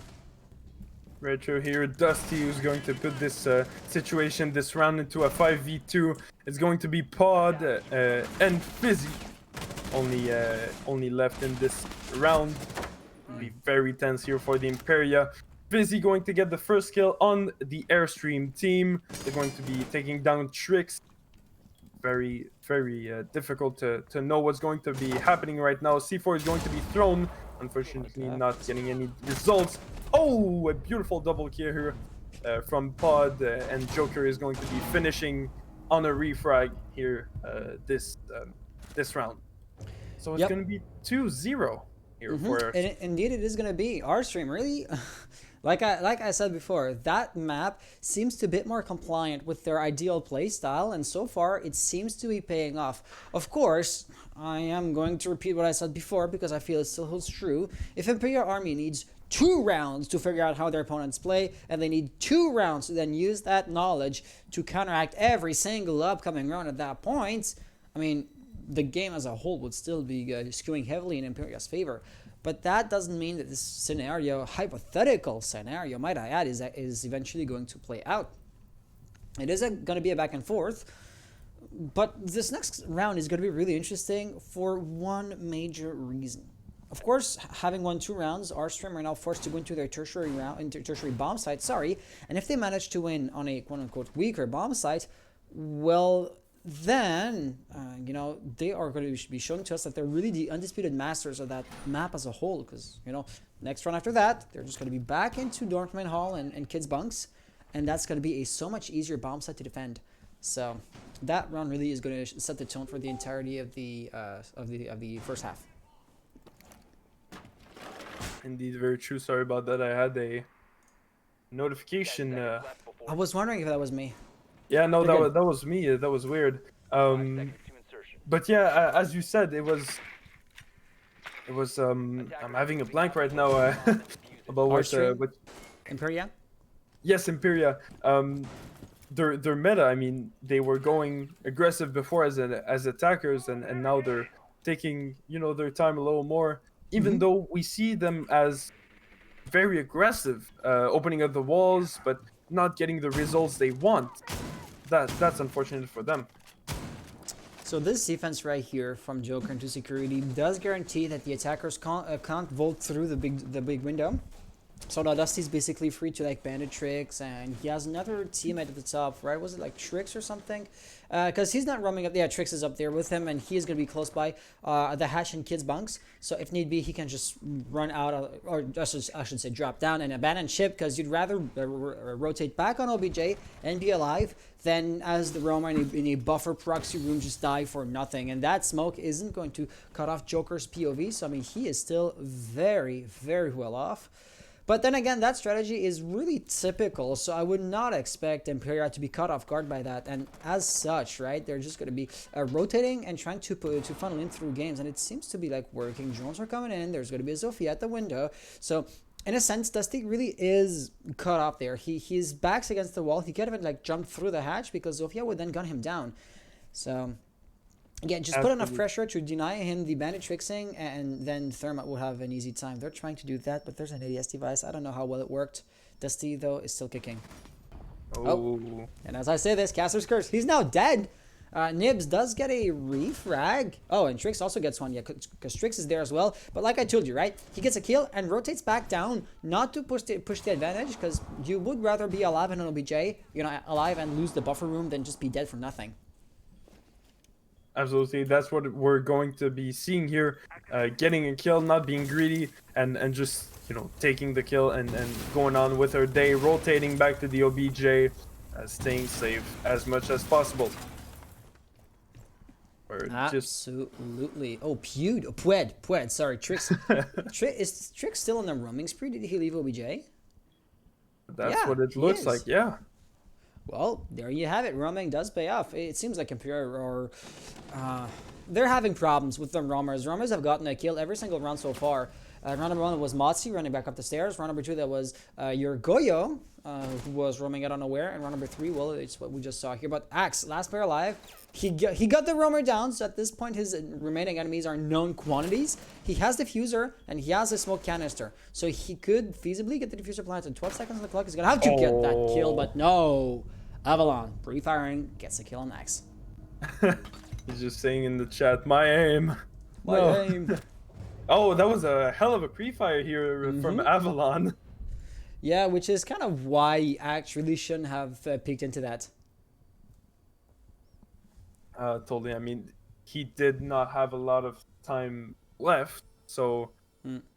Yeah, I totally get what you mean, because he could have like ran all the way in the back of like the kitchen and try to smoke and get the diffuser planted. It takes like 5 seconds to cross that room, not even. So, I mean, you could maybe have gotten away with planting the diffuser, but he would have been gunned down before he even gets back up to his feet. So I get that. I mean, getting the kill on Rook was the only viable solution. But at the same time, that forced him to rush heads down into a hail of free fire bullets, which ended up being his doom. So I guess you could just check it up to the round as a whole being already lost at that point. The mistake wasn't him peeking into there. It was his teammates dying around him earlier into the round. Indeed, here we're going to see Airstream going into bunk and playroom, dorm and kids. So Dorms and kids, exactly. Yes. So they lost that. No, they won all of their rounds. It's pretty exactly. So interesting. Yeah. That kind of goes back to what I was saying, right? So Aerstream, they won on the primary, secondary, and tertiary bomb sites. So from the strongest to the weakest bomb sites, they were still managed to overcome the odds. And if they've done it once, they could theoretically do it a second time. And so, hey, good luck to you, but I would not put it past them to force a 6-0 split by the time the rule swap hits. It yet has to happen, of course, and the more rounds we play, the more Emperia gets chances to basically figure out their opponents and figure out an effective counter to that. But that's yet has to happen, right? Absolutely. Here, not much. 30 seconds in, not much have happened since. We're going to be seeing a lot of pushing, around the map, but nothing really how could we say this? Nothing really big. We're gonna try right here to open up this wall. Oh, beautiful teamwork here from Zenit, just destroying these mute jammers. We're gonna But be Dusty? having access. Dusty's roaming though, and Emperia once again haven't yet exactly flushed him out, and you can already sense that, for example, Axe wants to push in. I believe Fizzy also did blow. I mean the the attic wall, so they're gonna be pushing in sometime soon. But MTK clearly is on Dusty's sense. He's playing with Jackal, so he has the. Oh no, he's looking at the hatch. Looking at the ceiling, that's just you not being aware of your surroundings, because of course you're not looking in front of you and that kind of stuff, and that would make him very vulnerable to Dusty. But no, Dusty isn't there. That natural cell isn't gonna get the kill, unfortunately. Once again attempted and once again kind of failed. So what's next? He's likely to run back up the stairs.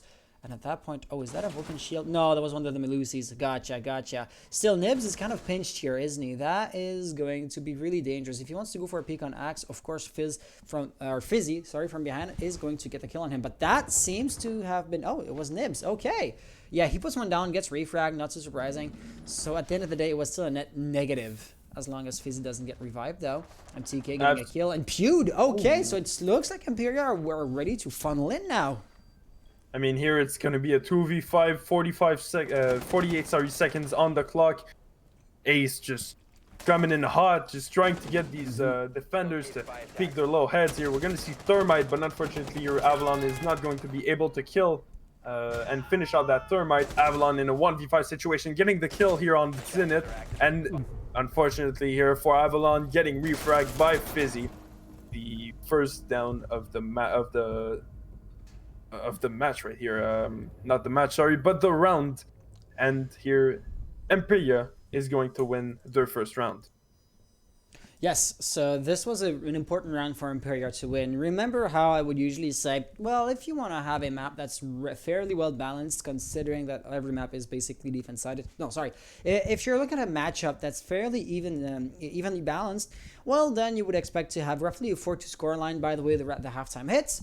And so it kind of was becoming a very pressing matter for Emperia to win their first round, and they just did. So that's exactly what I mean by, it was high time to avoid basically Aerstream from building a very, very substantial split between the two teams, because had it gone the other way around, we would have seen a 0-4 scoreline and having to crawl back from a 4 points deficit in a same match point situation. Imagine it's a 6-2 scoreline. Just give 2 more rounds to both teams and keep the same split or the same gap between the two teams. That would have been a daunting task to come back out of that. So that round once again was really important to win, and they did get it. So hey, congratulations. Absolutely. We're going here in round 5. Emperia with a win, a round win, and a match win also. So they have the advantage there, but they still have to win this map if they want to win and go to the next round. So, Emperia, are you going to, try to be a little more pushy, a little more aggressive, or are you, taking your time, just analyzing the situation and maybe taking a couple of rounds loss? I would like to underline 2 things. It looks like Nibs just ran out of blue bunker, tried to lob a C4 into the attacker's spawn to get an easy, pre-kill or spawn kill elimination at the early stages of the round. That didn't happen, but the attempt has been made. Thing is, there was a valuable piece of utility used up for actually nothing. Second of all, to the right here, both walls were reinforced. That means no extended hold into blue bunker. And so for better or for worse, blue bunker is going to be easy to take a hold of for Emperia Army. And surprisingly enough, they're not going for a blue bunker hold. Yes, indeed. They're not going for blue bunker, which is one of the main places, the attackers would go to attack to start and to make a pressure point on the attackers. On the defenders. But it's not the case right here, and it's very interesting. Are we going to go for a verticality push? Are we, trying to make the defenders asking themselves, what's going on, and are they going to push from that position, that place, because they put their utility there or something? Absolutely. So looking at this, I don't know if Emperia are trying to like reinvent the wheel because the typical entry points are deemed too risky, but that doesn't seem to be the case, as right here Ace is going to be breaching.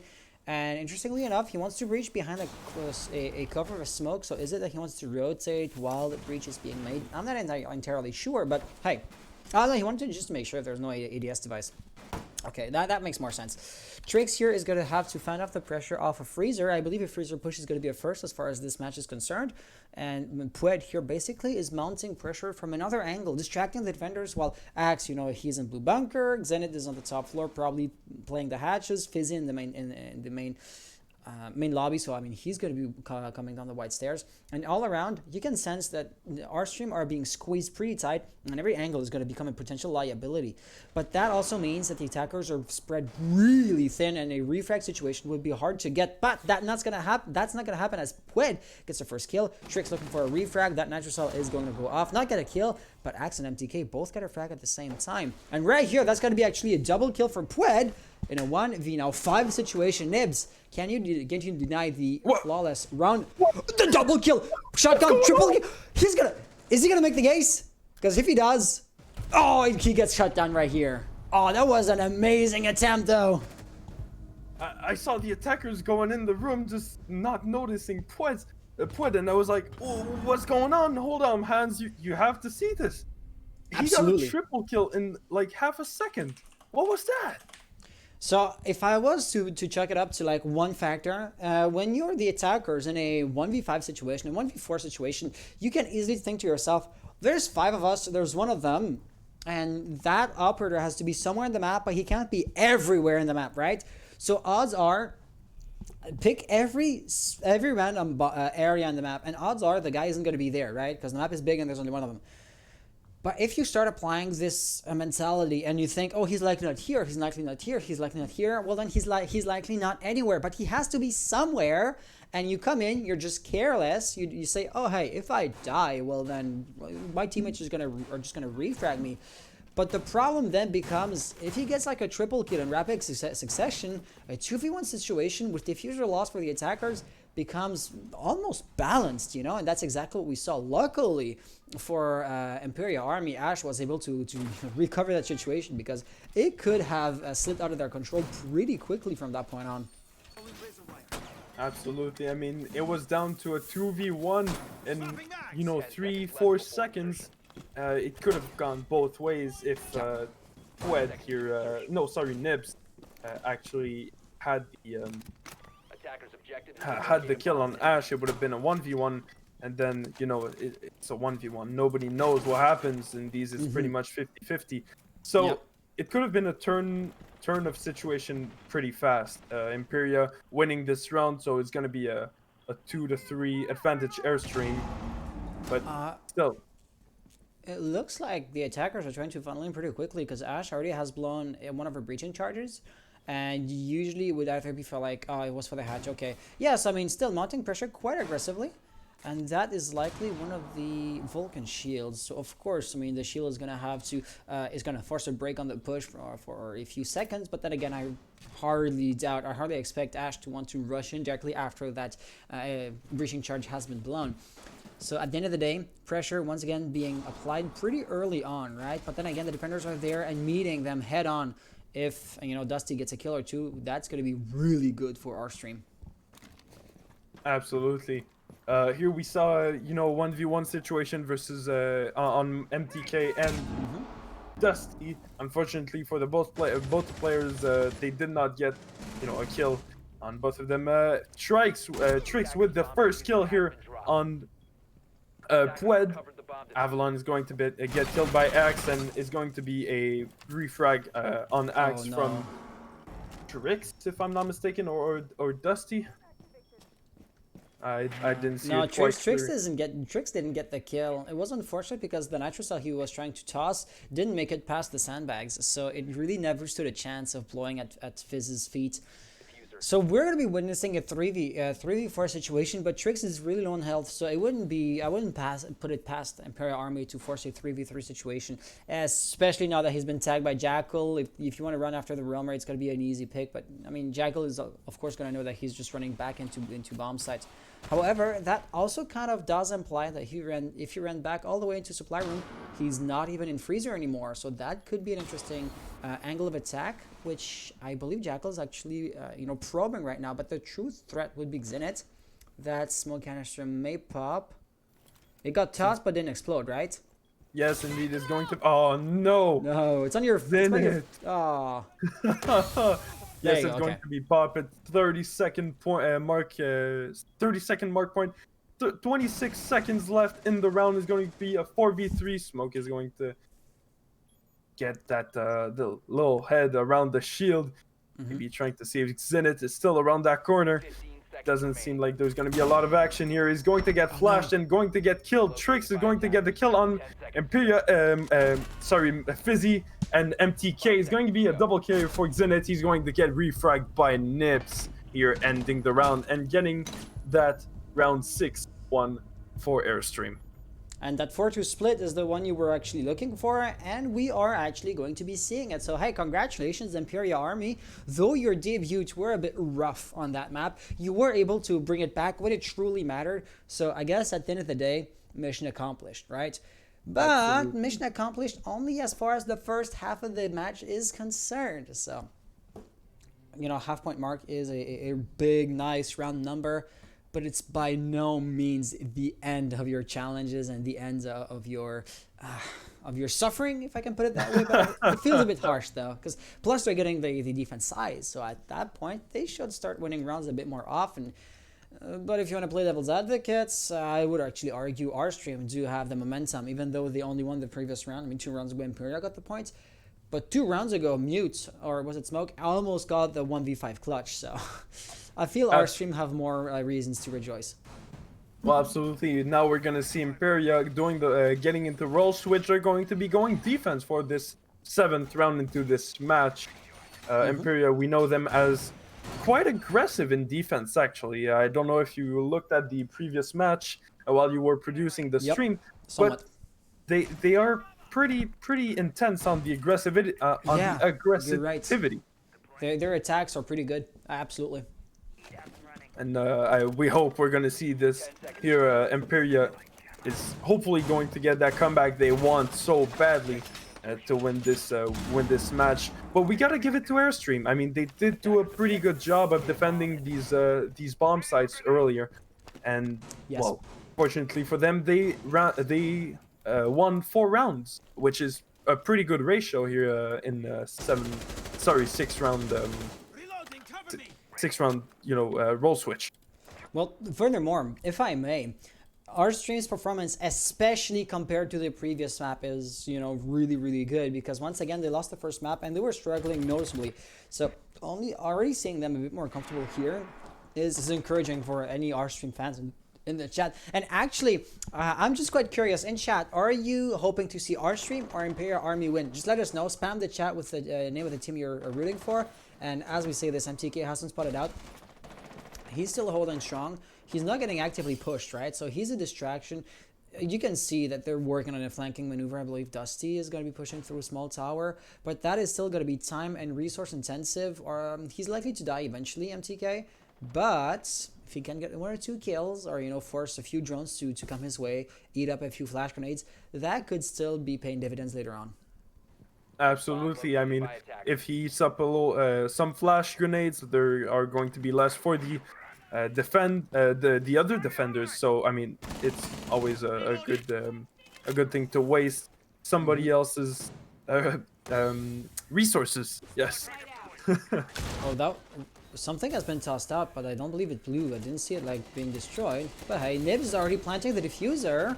Trix has died, but it doesn't really matter, as actually, diffuser is gonna go down. Dusty here holding the angle, but MTK with the nitro cell from beneath. This is why you really have to flush out roamers. Merely holding the angle to prevent them from coming back up the stairs isn't actually gonna matter. Axe getting another kill. Dusty now actually running after Valkyrie, but that doesn't matter. Valkyrie does get the frag, leaving us with Avalon. He only has 1 smoke canister left. He's a support operator, so the gun isn't exactly the best, and he is now going to be in a 1v4 situation. That seems slightly desperate. He's going to fire a bit on Xenit, stealing a bit of his health away.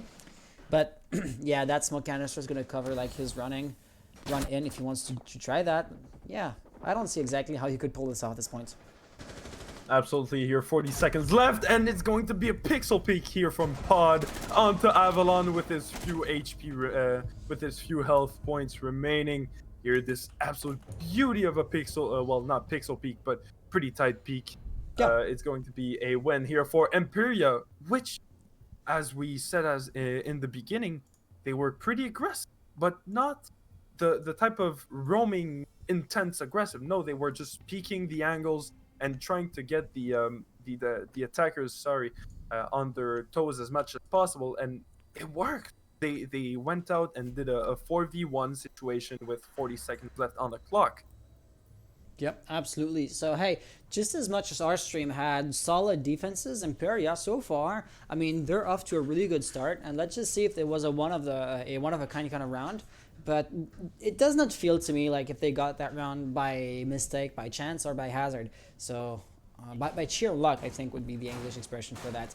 Let's just watch this next round. Of course, extended hold into blue bunker is to be expected. Typical walls being reinforced. No intel-based operators, which is likely to create a few more blind spots in Imperia's defense. But other than that, I mean, typical stuff, right? Absolutely. I mean, we have a smoke, a time waster. We have the MTK with the boom boom shield operator. I'm having a blank right now. Let's go, yo.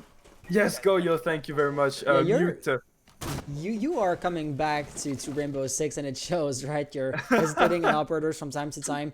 You're good, right? Not judging you or anything, but yeah, welcome back in the community. It's been a long time, hasn't it?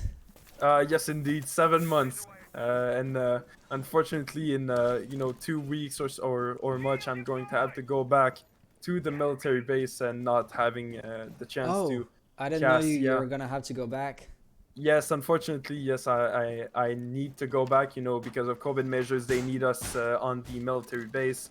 So, but there is still a chance that sometimes I have 3 days and stuff like that. So if you have games, I could be streaming, not streaming, sorry, but casting with my less good mic, my headset mic, but yeah.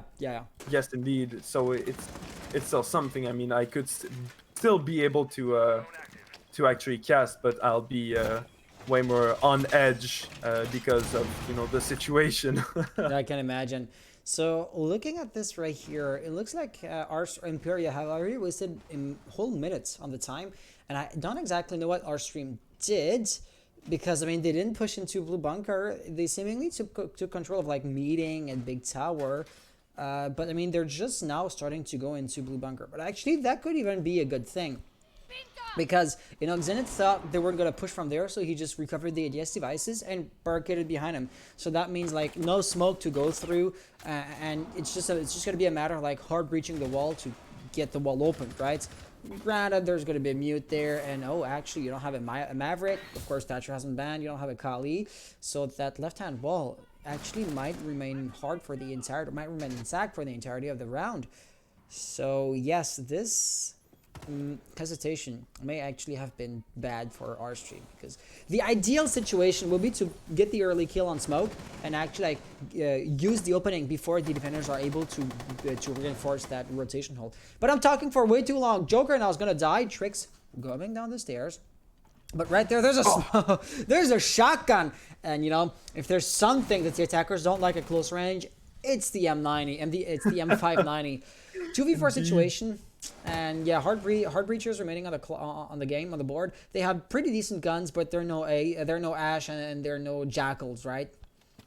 Absolutely. I mean, here it's hard breachers versus time waste. Well, a time waster and two pretty good defenders. Ground, basically. Oh, Ned's going down. With the shotgun, yet again, that was the shotgun. And there you have the refrag, but he cannot exactly flake on his opponent. Emperia Army winning yet another round. Exactly, that's what I was about to say. It's a 2v1 situation, but Zenith with the superior power and HP is going to finish my man. Finish Tricks. the round? Yes, finish the round indeed. Yeah. But yeah, I mean. So if I was to look at the big picture, okay, in 2 rounds, Imperia Army have been able to bring it back. So, they were trailing behind a little bit, and that's now been recovered. And just like Aerstream when they were defending, I don't see any flaws or any weaknesses in their defense that might lead to me believing that Aerstream are going to start winning rounds, in the next few minutes. So, am I going to go as far as to say, hey, Imperia might actually just ride a wave up until their 7th point right here without dropping a single one? That might be a lot to ask of them. But sprinkle 1 or 2 Aerstream round ones here and there. And yes, I truly feel like Imperia are on a roll now. What about you? Absolutely, that's what I was about to say. The momentum that Imperia has been building up for the past rounds is quite showing. Really, they were in a 4-1 situation, sorry, 4-2 situation. They brought it up back to a 4-4, therefore winning all of their defense rounds, which is pretty good. I mean, that's what you expect when you're in defense and when you were losing, in attack. So you expect to win your defense rounds and to spice the game a little more. Spice it back, Yep, I totally understand what you're trying to say. I mean, let's look at how it's actually going to play out, because hey, let's wait and see is all we're doing literally when you break it down to its simplest component. Imperia are going to be having a few players at the top floor. Joker feeding a lot of intel to his teammates. I'm not exactly sure who the attackers were. I feel it's probably going to be Tricks with the Blackbeard. That would make sense, the one that's rappelling on the window, but I don't believe that actually is. Oh well. In any case, Aerstream aren't rushing things, which is all things considered a good idea or a good tempo to have. But that's Blackbeard right here on the window, so of course Exenet isn't going to peek that. But that Blackbeard, that Dusty also, both operators together really are cutting off rotations. They're creating lines of sights that the attackers. Are you? Okay, that was just Dusty. Okay. Yeah, no, there was a disconnect right there. Dusty, unfortunately, is going to be leaving us. We're gonna have situation then, yeah. Yes, indeed, we're gonna have to maybe rehost or wait to so that the player can come back. Avalon with a beautiful headshot here on Xenit. He's going to take down one of the roamers. Looks like Pod has dropped down from the hatch and is going to be going back to the to the site safely and safe and sound. But I believe it was MTK stick an extra to the ceiling, but he never detonated it. So I am quite curious as to how or why he's going to do that. Because he recovered it actually. Gotcha. So that's why the hatch now is going to be the obvious weakness in the defense, because the attackers could just drop down, which is why he's going to be there holding the angle. But then again, there's kind of a Blackbeard right there. Blackbeard has the face shield. He would have gotten a bullet to the face if not.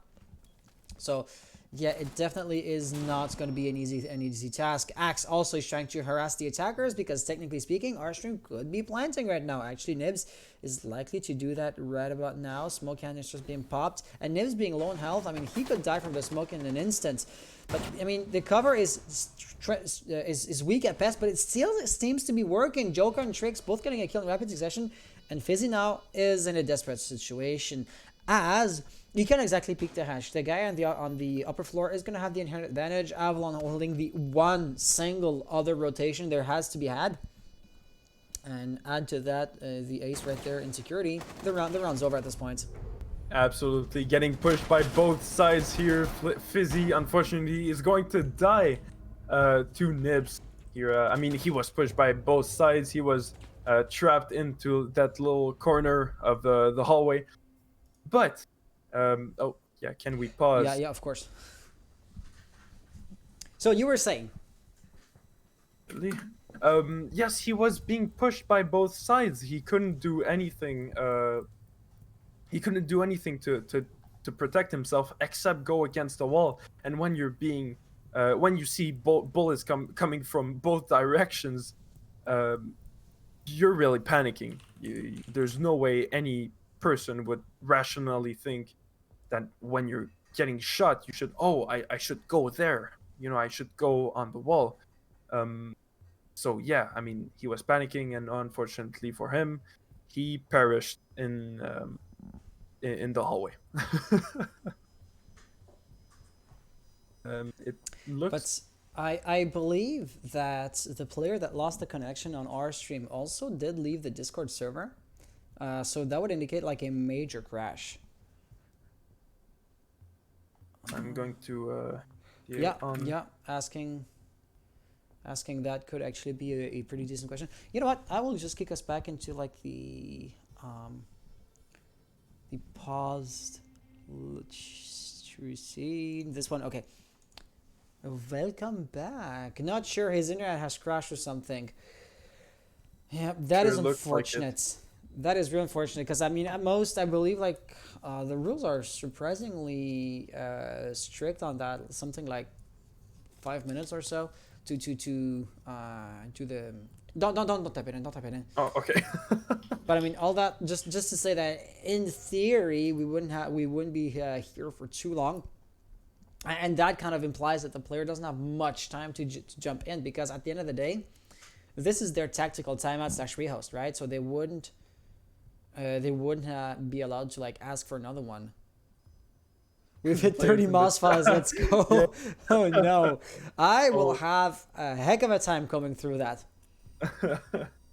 Yes, it's going to be a pain in the butt if you allow me to say that. Indeed, they're going into tactical timeout right now. It's unfortunate here, but for the Airstream Empire. No, sorry, not Airstream esports. But it happens, internet during It these does, yeah. COVID times. It's pretty unstable. So yeah, So it's life. It's Rainbow that's- Six. you know what? Since we're just here talking and waiting for the last player to join in, that's why I feel like Starlink could be interesting. You know, the satellite based internet, because for example, like I have friends in Europe. They live on not exactly on the farm, but they live in on the land, right? They're not in a big city. And the best internet that they have is like far below what we currently have, just because it's costly for an internet provider to have that kind of to build that kind of infrastructure, right? Absolutely. Yeah. That's mean- right. Satellites. Satellite internet. What can go wrong except a meteorite just going through I the guess actual storms? meteorite? Would like a storm cloud be enough to like block the wireless signal?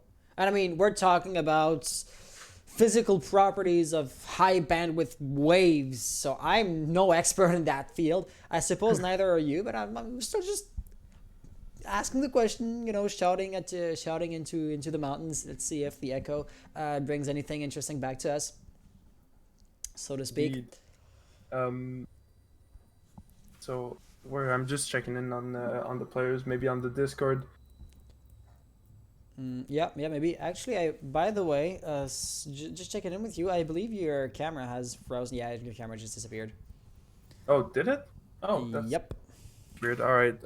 It's back. Okay, you're good. Oh, there it is. There it is. We're back.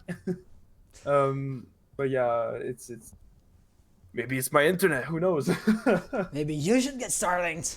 Yeah, no, 'cause I mean, I know. I think most of the people in chat are actually like French Canadian, just like us.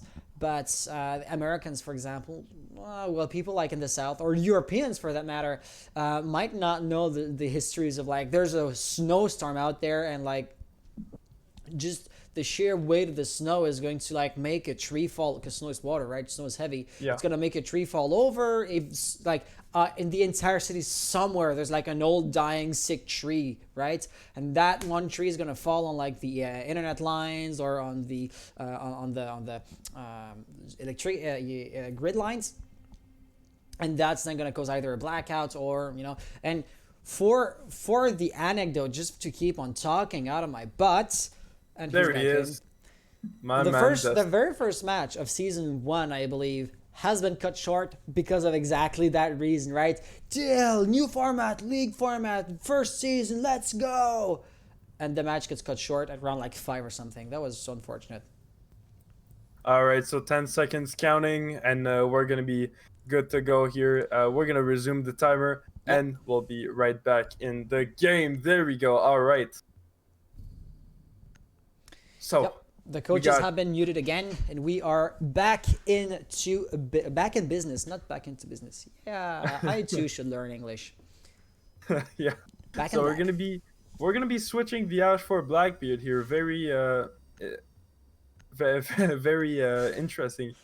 Nib saying owner of the best VPN company. That definitely does not sound sarcastically. He says sarcastically. All right. So we're gonna be having, a bandit, a mute, just people to try to block the walls, try to defend the reinforced wall as much as possible from the attackers. So that's promising. I mean, we have a Valkyrie also for intel, and Pued, who's going to be going. I'm having another blank. That's one mine with the magnets. Yes, indeed, Wamai. So, you want to try to waste the resources of the attackers as much as possible, like their flashbangs, their anything, maybe their smoke grenades, stuff like that. So it's a pretty interesting lineup here for Emperia. If we look at Airstream, we got an Ace, Buck. I'm stuck on Valkyrie. I don't know why. That's Blackbeard.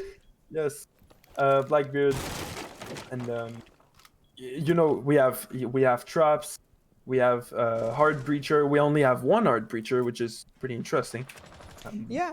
I mean, Aerstream, once or twice, they use the combo of like having an Ace and a Hibana to be able to push both on the attic area and also the walk-in closet from Master's bedroom. But that's not exactly something that they're going to be doing this time around, except if like maybe Nibs wants to open up one side and then himself rotates to the other angle.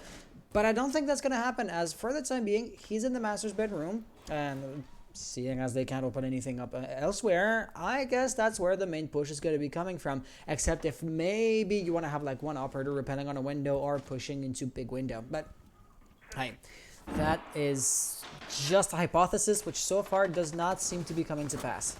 Oh no. Your beautiful kill from Jaeger, just waiting on that Blackbeard tricks, just jumping into that window way too quick and getting killed and being the first fragger of the round. 4v5 here, advantage Emperia. Only 1 minute 35 seconds remaining on the clock, round 10. It's advantage Airstream 5-4, but it can always turn back 5-5 and etc. Well, the team that gets the first kill, statistically speaking, gets a 20% advantage on their opponents. So 50-50 plus 20%. I guess that means at this point Aerstream have a 70% chances of winning the round, and Emperia only 30. If I go off of like the numbers I've heard from like pro league coaches. But with that being said, Blackbeard and Zenit also gets killed, like you said, so that kind of does bring it back to an equilibrium state. But Dusty just keeps the ball running. So, and that's going to be a refrag, keeping all perfectly balanced as all things should be. But MTK has a crazy great angle over here, because when you push in from exactly where the attackers are coming from, that angle into the white stairs, or the red stairs, sorry, isn't exactly, no, the white stairs, yeah, isn't exactly where you're going to be looking at first, and that allows MTK to get a kill. Now a 1v3 situation and an 0v3 situation as Fizzy gets a double kill. Absolute beautiful double kill here from Fizzy. Triple kill on the round, but double kill here on the last two frags of the round. It was a beautiful lineup. I mean, one was coming through the game wall, and the other one, was peeking him in the doorway. So what could go wrong here? You just spray your bullets and boom, dual headshot. But the attacker's push was lackluster. They didn't go for a proper anti-roam phase, or at least I didn't see them like droning everything. Not that there were any roamers. It's just to underline or to illustrate how, in my mind, hasty they were. And how does that show, or what is the next, let's say, symptom of them pushing without making their due preparations? Well, they opened up the walk-in closet from Master's bedroom, and that's the only thing that they did. And then they just tried to force themselves through that one opening that was perfectly well guarded by Emperia army. So whenever something does not work out too great in your favor, you should be asking yourself, is there a better alternative out there? You know, for example, let's cut our losses and let's rotate into attic and to walk up the white stairs, you know, coming from the first floor, big window, rappelling in through maybe kids' bunks, or at the very least just holding an angle, cutting off rotations. And I'm gonna go like a step further. I know this is Rainbow Six, but Rainbow Six is kind of like a really big, you know, rock paper scissors, or a really big like chessboard, right? This player or this operator counteracts this other operator. And so the difference between in typical chess, once again making the comparison between R6 and chess, an AI that plays chess is going to be so much more defensive than a human player, because it doesn't care if it wins by a lot or by a little. It just wants to win, right? And it is immediately going to realize whenever it's making a mistake, and it doesn't fear like retreating away. Like humans, we have like this emotional investment. It was my idea, my brainchild to say, hey, we're pushing from that angle. I want it to work. And that emotional component that's just integral with the human nature makes it so that we see our mistakes sometimes only way too late, and that's exactly what happened in the previous round. But rant over. Round number 11. So once again, Aerstream, they took almost a full minute on the clock, and they haven't done much, or they don't have much to show for it so far. Absolutely. Here, 1 minute 55 left on the clock. Still nothing has been done except opening up hatches and, you know, making your way through the map. Here, as I say that, the first frag is going to be going to Tricks. Here, the second frag. Oh, absolutely beautiful double kill here on the Axe. And Dusty is going to make this a 5v2 situation on Pued. MTK and Zenith are going to be left alone, almost out of the room, out of the site. Going to be a 4v1 situation here. 1 minute and 20 seconds on the clock. 3 seconds left of the diffuser. And it's going to go live. Here you go. MTK is going for a weird push, weird angle of attack.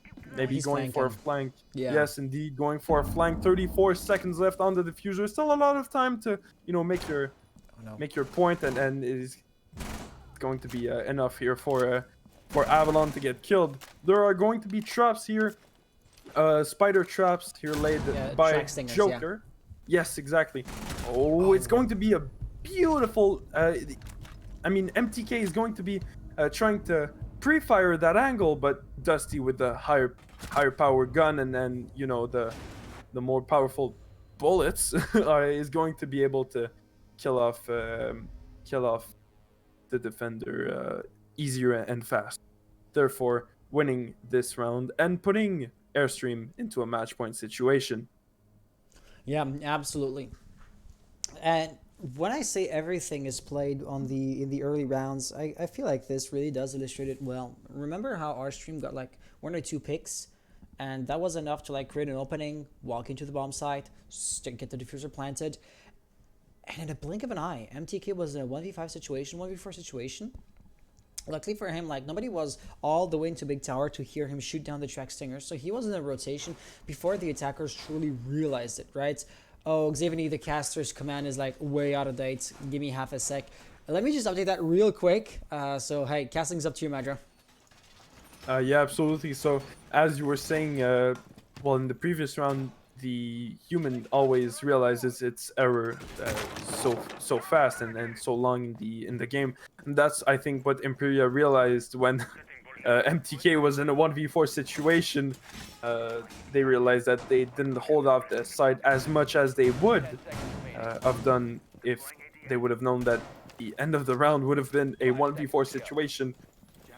3 seconds, 2 seconds until the actual round is starting. There you go. Action phase is starting. It's going to be a match point situation here. 6-5 advantage Aerstream. Are they going to be able to pull it off and go to the third map, which is, unfortunately, I'm having a blank. Give me half a sec. For third map would be Coastline. Coastline, yes. Thank you very much. The map that hasn't been picked by both of the teams. Though we know that if they do go Coastline, Aerstream will be starting defense, as they did as the two previous maps, like this one and the previous one. So 1 minute, 40 seconds has passed. Nothing really much has been going on except for Pewd getting the first kill here on Tricks. tricks the Ash is going to, unfortunately, you know, a Fragger Ash is going to get killed in the early round. It's unfortunate, but wait. it happens. Axe isn't reinforcing behind him? Okay, because I saw him go leave the extended hold and not reinforce, and I was thinking to myself, did you truly forget about that? Or are you truly going to let that kind of weakness in your defense? But Pued here really is holding a power position in a sense, right? He's anchoring, doesn't need to have a deployable shield or barbed wire. Magnets are just about enough because he's just in a good position. Thing is, Aerstream, they could either ignore him, push into bomb site, hope to swiftly get control of it and force him into a retake situation, or just get wall banged. Okay, that works. I mean, Well, that's sure. that's a little sus if you ask me. We'll look at Joker's moss file if need be, if we need to. Well, no, it was just a joke, you know, because of I know. Among Us. But yeah, That's absolutely sus. beautiful. Yeah, beautiful. Well, wall bang right here through the window headshot. It's unfortunate here for Pewd. He was in such a good position, already 2 kills in the round. But you know, all good things must come to an end. I guess he got pinged by a drone or something, because that wallbang was crazy accurate, absolutely. But you're right, all good things must come to an end. He was going against the full brunt of the attacker's force. I mean, he was in a 1v5 situation, had gotten 2 kills at that point, but still, he wasn't going to get out of there alive. One thing, however, you could argue that he totally served his purpose. He played for time. I mean, look at this. 30 seconds on the clock. We're in a 3v4 situation, and Aerstream are just now starting to execute a push with, in the time it took me to say this, now 25 seconds. Smoke canisters barely erupting. This is looking really good for Emperia. Absolutely. Here, 15 seconds left on the clock. It's a match point for Aerstream. They do not have the player advantage. 3v4, 2v4, 1v4. Here, 9 seconds on the clock. Will Avalon be able to clutch this? No, Axe Emperia will be able to defeat Avalon and get Emperia, to an overtime situation. Here, round 13 into Oregon. It's going to be overtime. Emperia is going to start defense. And now that's the truly interesting thing. Overtime situation means that both teams are just as competent and capable as the other. Let's remind ourselves that Emperia won the first map, so that means Aerstream are backs against the wall. I mean, in a best of 3 sense, in a individual round sense, or as far as this one map is concerned, their margin for error is diminishing. Yes. Once again, I am repeating myself, but Aerstream already outperformed their performances compared to the first map, which once again was Clubhouse. So that already is really, really comforting or encouraging. However, that does not mean that they're going to be winning this second map as well. And they kind of need to win it, right? So I truly couldn't tell you how it's going to be going. At the very least, they seem to be better off. So hey, if next win or lose this one, this best of 3, their next game, next week, if they start their first map as strong as they are in that second map, things would be looking really good for them. But hey, one thing at a time. So far, we've now seen both teams defend, the top floor, Dormsman Hall. What do you see that Emperia are doing, that Aerstream aren't doing on defense, and same thing on offense? If you were to compare both play styles, which one do you prefer? Well, I do prefer the Emperia one because one simple thing. We saw Aerstream in the previous map Clubhouse. They were only holding angles, and that's what killed them. They didn't really attack. They didn't really push, even though they are defense. They didn't want to go for the kill. They just wanted to lay off the time. And even though they sent out Dusty as a roamer, Dusty just failed to roam properly and waste the time of the attackers. So Emperia doing a great job, actually wasting the time like we saw last time with Pewd last round. He wasted off like 2 minutes on the 3-minute timer. So on this note, I'll have to go with Emperia. Both the attack and the defense strats, they're just more precise in what they want to do. They have more control over the map, and how could I say this? They are more efficace. They Efficient. efficient. There we go. Thank you. They are more efficient in what they want to do. Although Airstream is a pretty good team. I mean, they did do great comebacks and stuff like right here. But overall, I think I have to go for Emperia. So hey, let's look if it's gonna go your way or not. Axe right there above the bunks. Nice little angle, but for the time being, Fizzy, is it an I or an L? Fizzy was just falling back, so he still had mostly control over Attic. Thing is, there's MTK Valkyrie trying to go for a flank. Avalon seems to be smelling that she's there, but he's turning around, like going back to the actual push, so that kind of creates an opening for MTK to exploit, which he's not gonna do. So hey, attempts being made, but then again, not every gamble is going to pay off.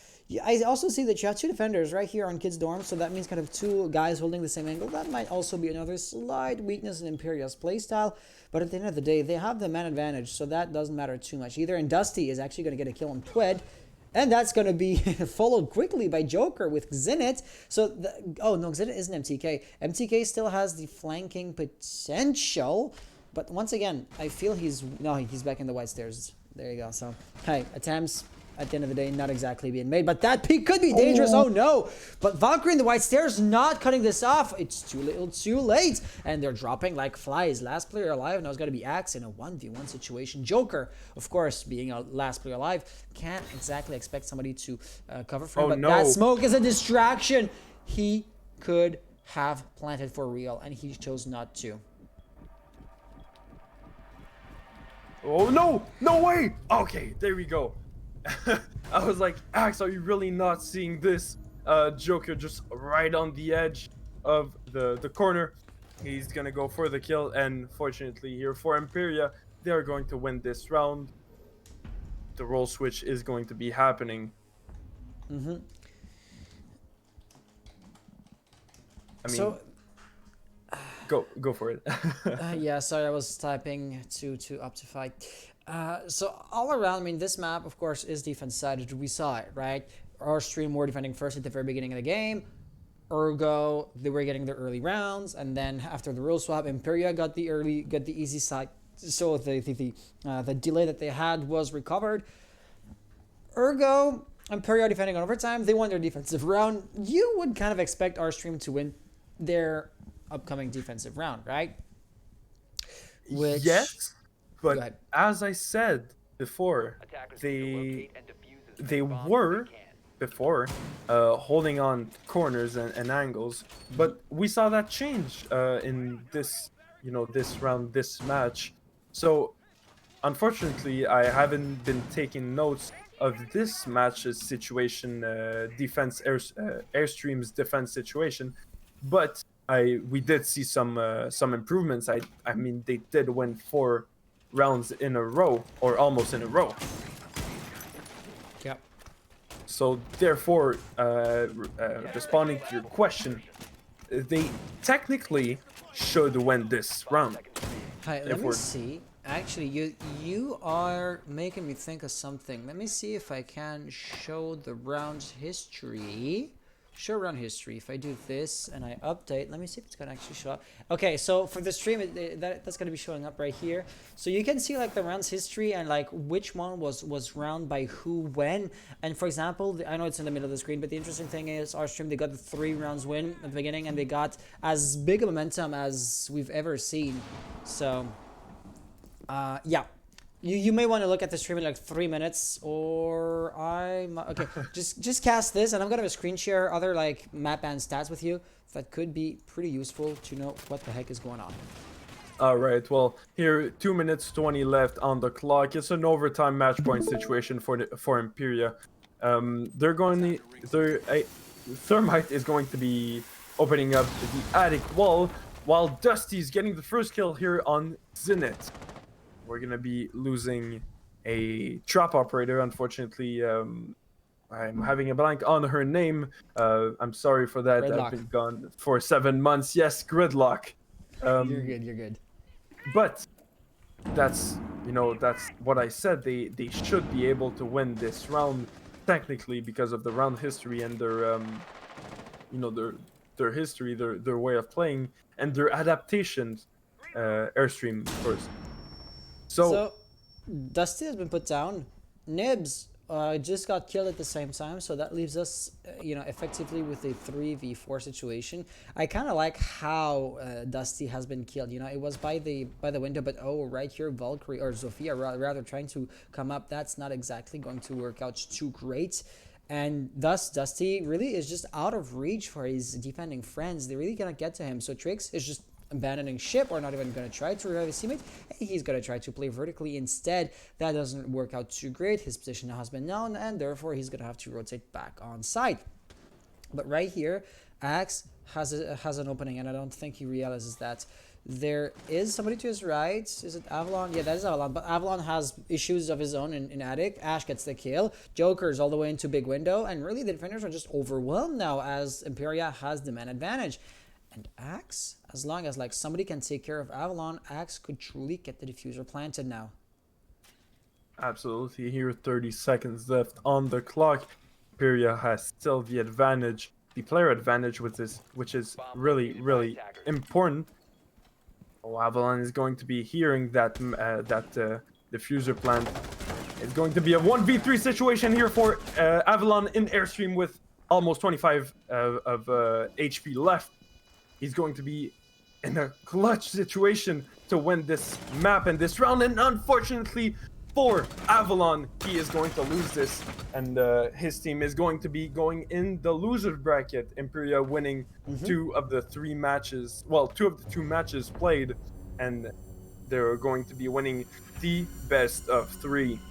Congratulations to Emperia Army. I mean, that was a very nice second match. Very close, 8 to 6. It was amazing. It truly was. Yes, and we see consistency here in the kills. I mean, if we see Emperia 13-12, 13-7-7, which is not bad of a ratio. I mean, not a ratio, sorry, but a difference. Yeah, so, nobody was just a dead weight. Hey, do you want to please in game ask Emperia if they're interested in having or I'm just gonna poke them on Gilded. That's all right as well, because I see the players are leaving, so yeah. You would be talking in an empty lobby. So Emperia, I guess I could DM Pued.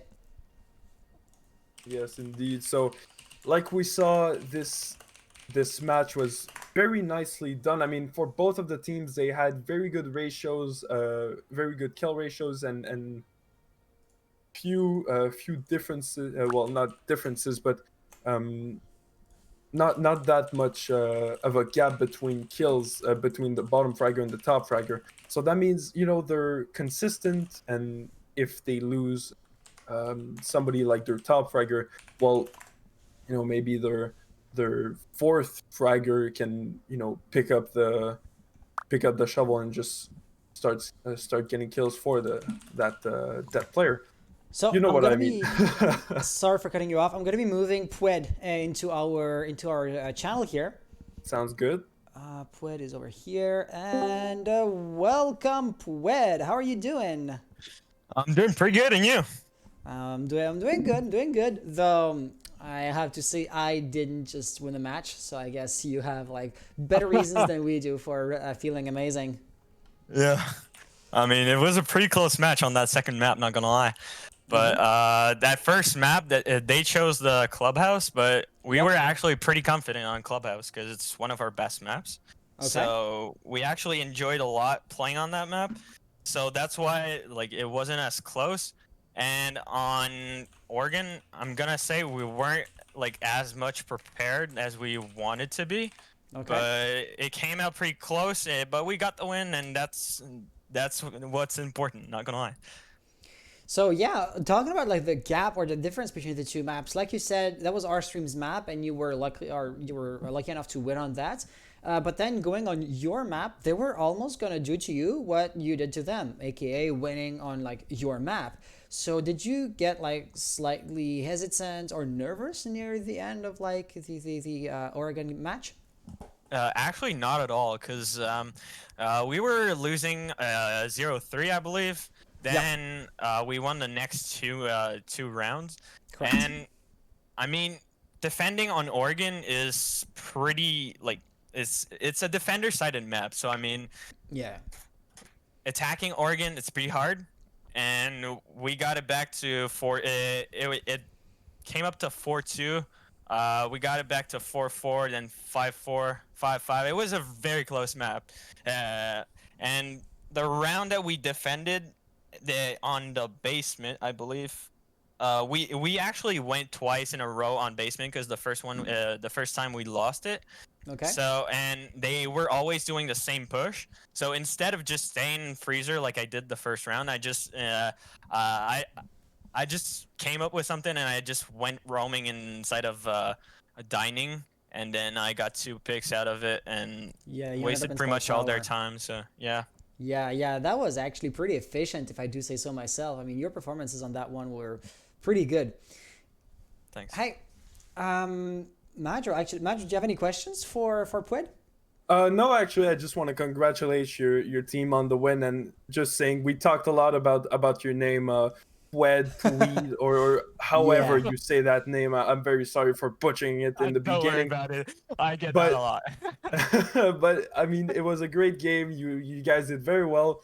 You certainly did win a lot of 1v1s, as we saw um, in the maps. So congratulations to you. Congratulations to your team. You'll be moving on to the winners bracket, the third round, if I'm not mistaken, of the winners bracket. And yeah, so congrats to you guys. Thanks a lot, man. You know what? I am going to have another question for you, but this is not talking about like the match specifically, which is why I wanted Madro to go ahead first. My next question is going to be regarding like the procedure that we've had, specifically when Iron for the chat is their coach. So he was sitting in calls with them, but hey, coaches aren't supposed to be there. He was server muted, so that means he didn't have like the permissions to unmute himself. Ergo, he was listening to but not talking to the players. Still, of course, would have like the capabilities of like, for example, asking for a rehost or a tactical timeout if he feels like his players are going to need that. And how was it for you guys? Because if he wants to sit in, I suppose he's usually there. So not playing without your coach, was that a burden? Was that a handicap to you guys, or were you used to that? We're actually used to that because every time we do a scrim, it's what we do. We always Okay. have him in the Discord. He's listening to comms, but he's not talking. Like, he's always muted and he just listens. Gotcha. And then at the end of the game, he just tells what he saw, and yeah. I got another question, and that's really is just like my personal curiosity. I saw that none of you were like screen sharing or like streaming your perspective within like the comp channel. So how was he like even watching your matches, or was he even like watching your POV, or was it just like on the stream with the 3 minutes of delay? He was actually just on the stream. Oh, okay. That must be Yeah, confusing. but we didn't even think of that. That must have been confusing for him to like hear you guys do the callouts, but like see the result of that 3 minutes later. And then yeah, it must have been, yeah. I I mean, mean, if it worked. All right. It worked. So And all that mattered is that we got the win. yeah, So at the end of the guess- day, that's what matters. Absolutely. So you know what? The And, nice thing is, of course, the results haven't yet been entered for the match, but your next. Oh, right. That's another something that I didn't exactly have time, or I should rather be honest with myself. I didn't take time to tweet that. Your upcoming opponent, Vendetta Esports, they just disbanded yesterday. So you won't have a match tomorrow, really? and you're gonna have a free win. Yes, it is unfortunate because they put up an amazing show Monday. And Yeah, we I was actually looking- played them in the quals. Oh, really? Yeah, and it was a pretty close match. We played on the Oregon, and actually we happened to lost against those guys. But it Oh, ended so you like wanted your rematch. 7-5. Yeah, I mean, we're not gonna get it, but Yeah, it's unfortunate that's too bad. because yeah. I mean we were both looking for, like you said, right? You had history with that team. We had seen them play last Monday, and the show was amazing. I wanted to see more of them. So that's really unfortunate that they won't be joining us for the upcoming rounds. So basically, in other words, let me just enter it real quick. So remind me, you won the first map 7-4, 7-3. 7-3, I think. Yeah. I mean, 7-3. at the end of the day, the exact score doesn't matter that much as long as you won. Second one was 8-6. Okay. And now that this has been entered, so you know what? I will actually go into. Sorry, Madro, I'm dropping your camera just to showcase the POV to the stream to chat. So of course, Emperia, Army, Vendetta Esports, you are getting a free win. Okay, All right. entering it right off the bat. There you go. And so basically that means out of like the two teams in losers bracket, Aerstream and Surf Eclipse Surf, that next team, that team that's going to win that engagement is of course going to get a free win against Vendetta, and therefore they're going to play against you next. All right. So that's all Sounds I good. wanted to underline. All right. And And for the record, yeah, go my ahead. name is pronounced Pwid. Pwid. Yeah, that's what I figured. Madro, Yeah. I feel that was in it, Madro. Yes, indeed. But it's all good. I get that a lot. There's a lot of people that don't know how to pronounce my name, so. Out of curiosity, about it. that's you're French, right? Yeah. Okay, because that Pwed, that sounds French, but then again, you have a really good accent, so congrats. Thanks. But yeah, I think we've touched on everything we wanted to talk about, except if Madro, you have something else to bring up. No, actually, I was just about to wrap up. Well, you want to do that? Absolutely. So thank you everybody for coming to this stream. I mean, we did see a beautiful two best of three from Aerstream versus Emperia, and congrats to Emperia for winning this this BO3 2 matches in. So thank you very much. We'll see you next time. Don't forget to look at the Twitter. That's where all of the situations and news are going, and also the Discord or even Discord, of Gilded. That's where we host our matches and our chats and you know all our events. So Hey. thank you very much. You know what? I'm cutting you off because you were going to go with the "thank you very much, we'll see you again next time" kind of shtick. I've heard from a little birdie that Gilded's gonna get like an update soon, or actually like the features in beta, and you can like poke Gilded staff and ask to have the feature enabled for your server. You know how on Discord you can like boost a server? Yep. That feature, of course, is on Gilded as well because both platforms are fairly similar. But Gilded's gonna go a step further, and when you boost a server, kind of like Patreon, the managers or the owners of the server are gonna get a kickback out of that. Oh wow. I mean, like Gilded really are going for like a Discord-like feel, but with so much more features. For example, like bracket management, calendars, all that good stuff.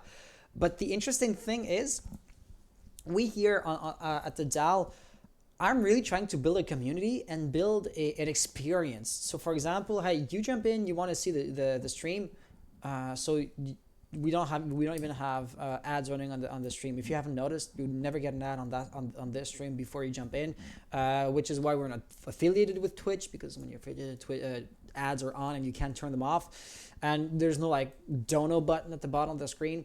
So I really am considering turning that feature on, because like promoting or boosting a server on Discord is the kind of stuff you do not necessarily because you like want to monetarily support, but just because you want to like help out on the one platform, right? And I feel like people are doing that already without expecting to get much in return, or just, you know, for the sake of it. So having the same thing on Gilded but going a step further might be interesting. But hey, that's just like me delving into like the latest news of the upcoming beta feature of Gilded. So I guess I'm making a promotional ad spot here. So hey, we were sponsored by Gilded last season, but not this time anymore.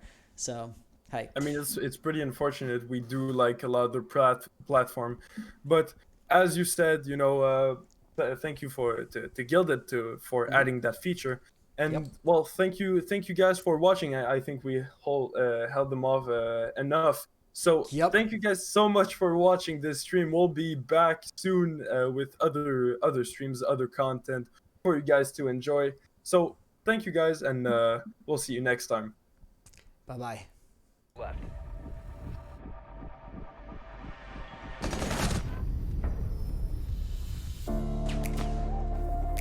5 seconds left. A bomb has been located.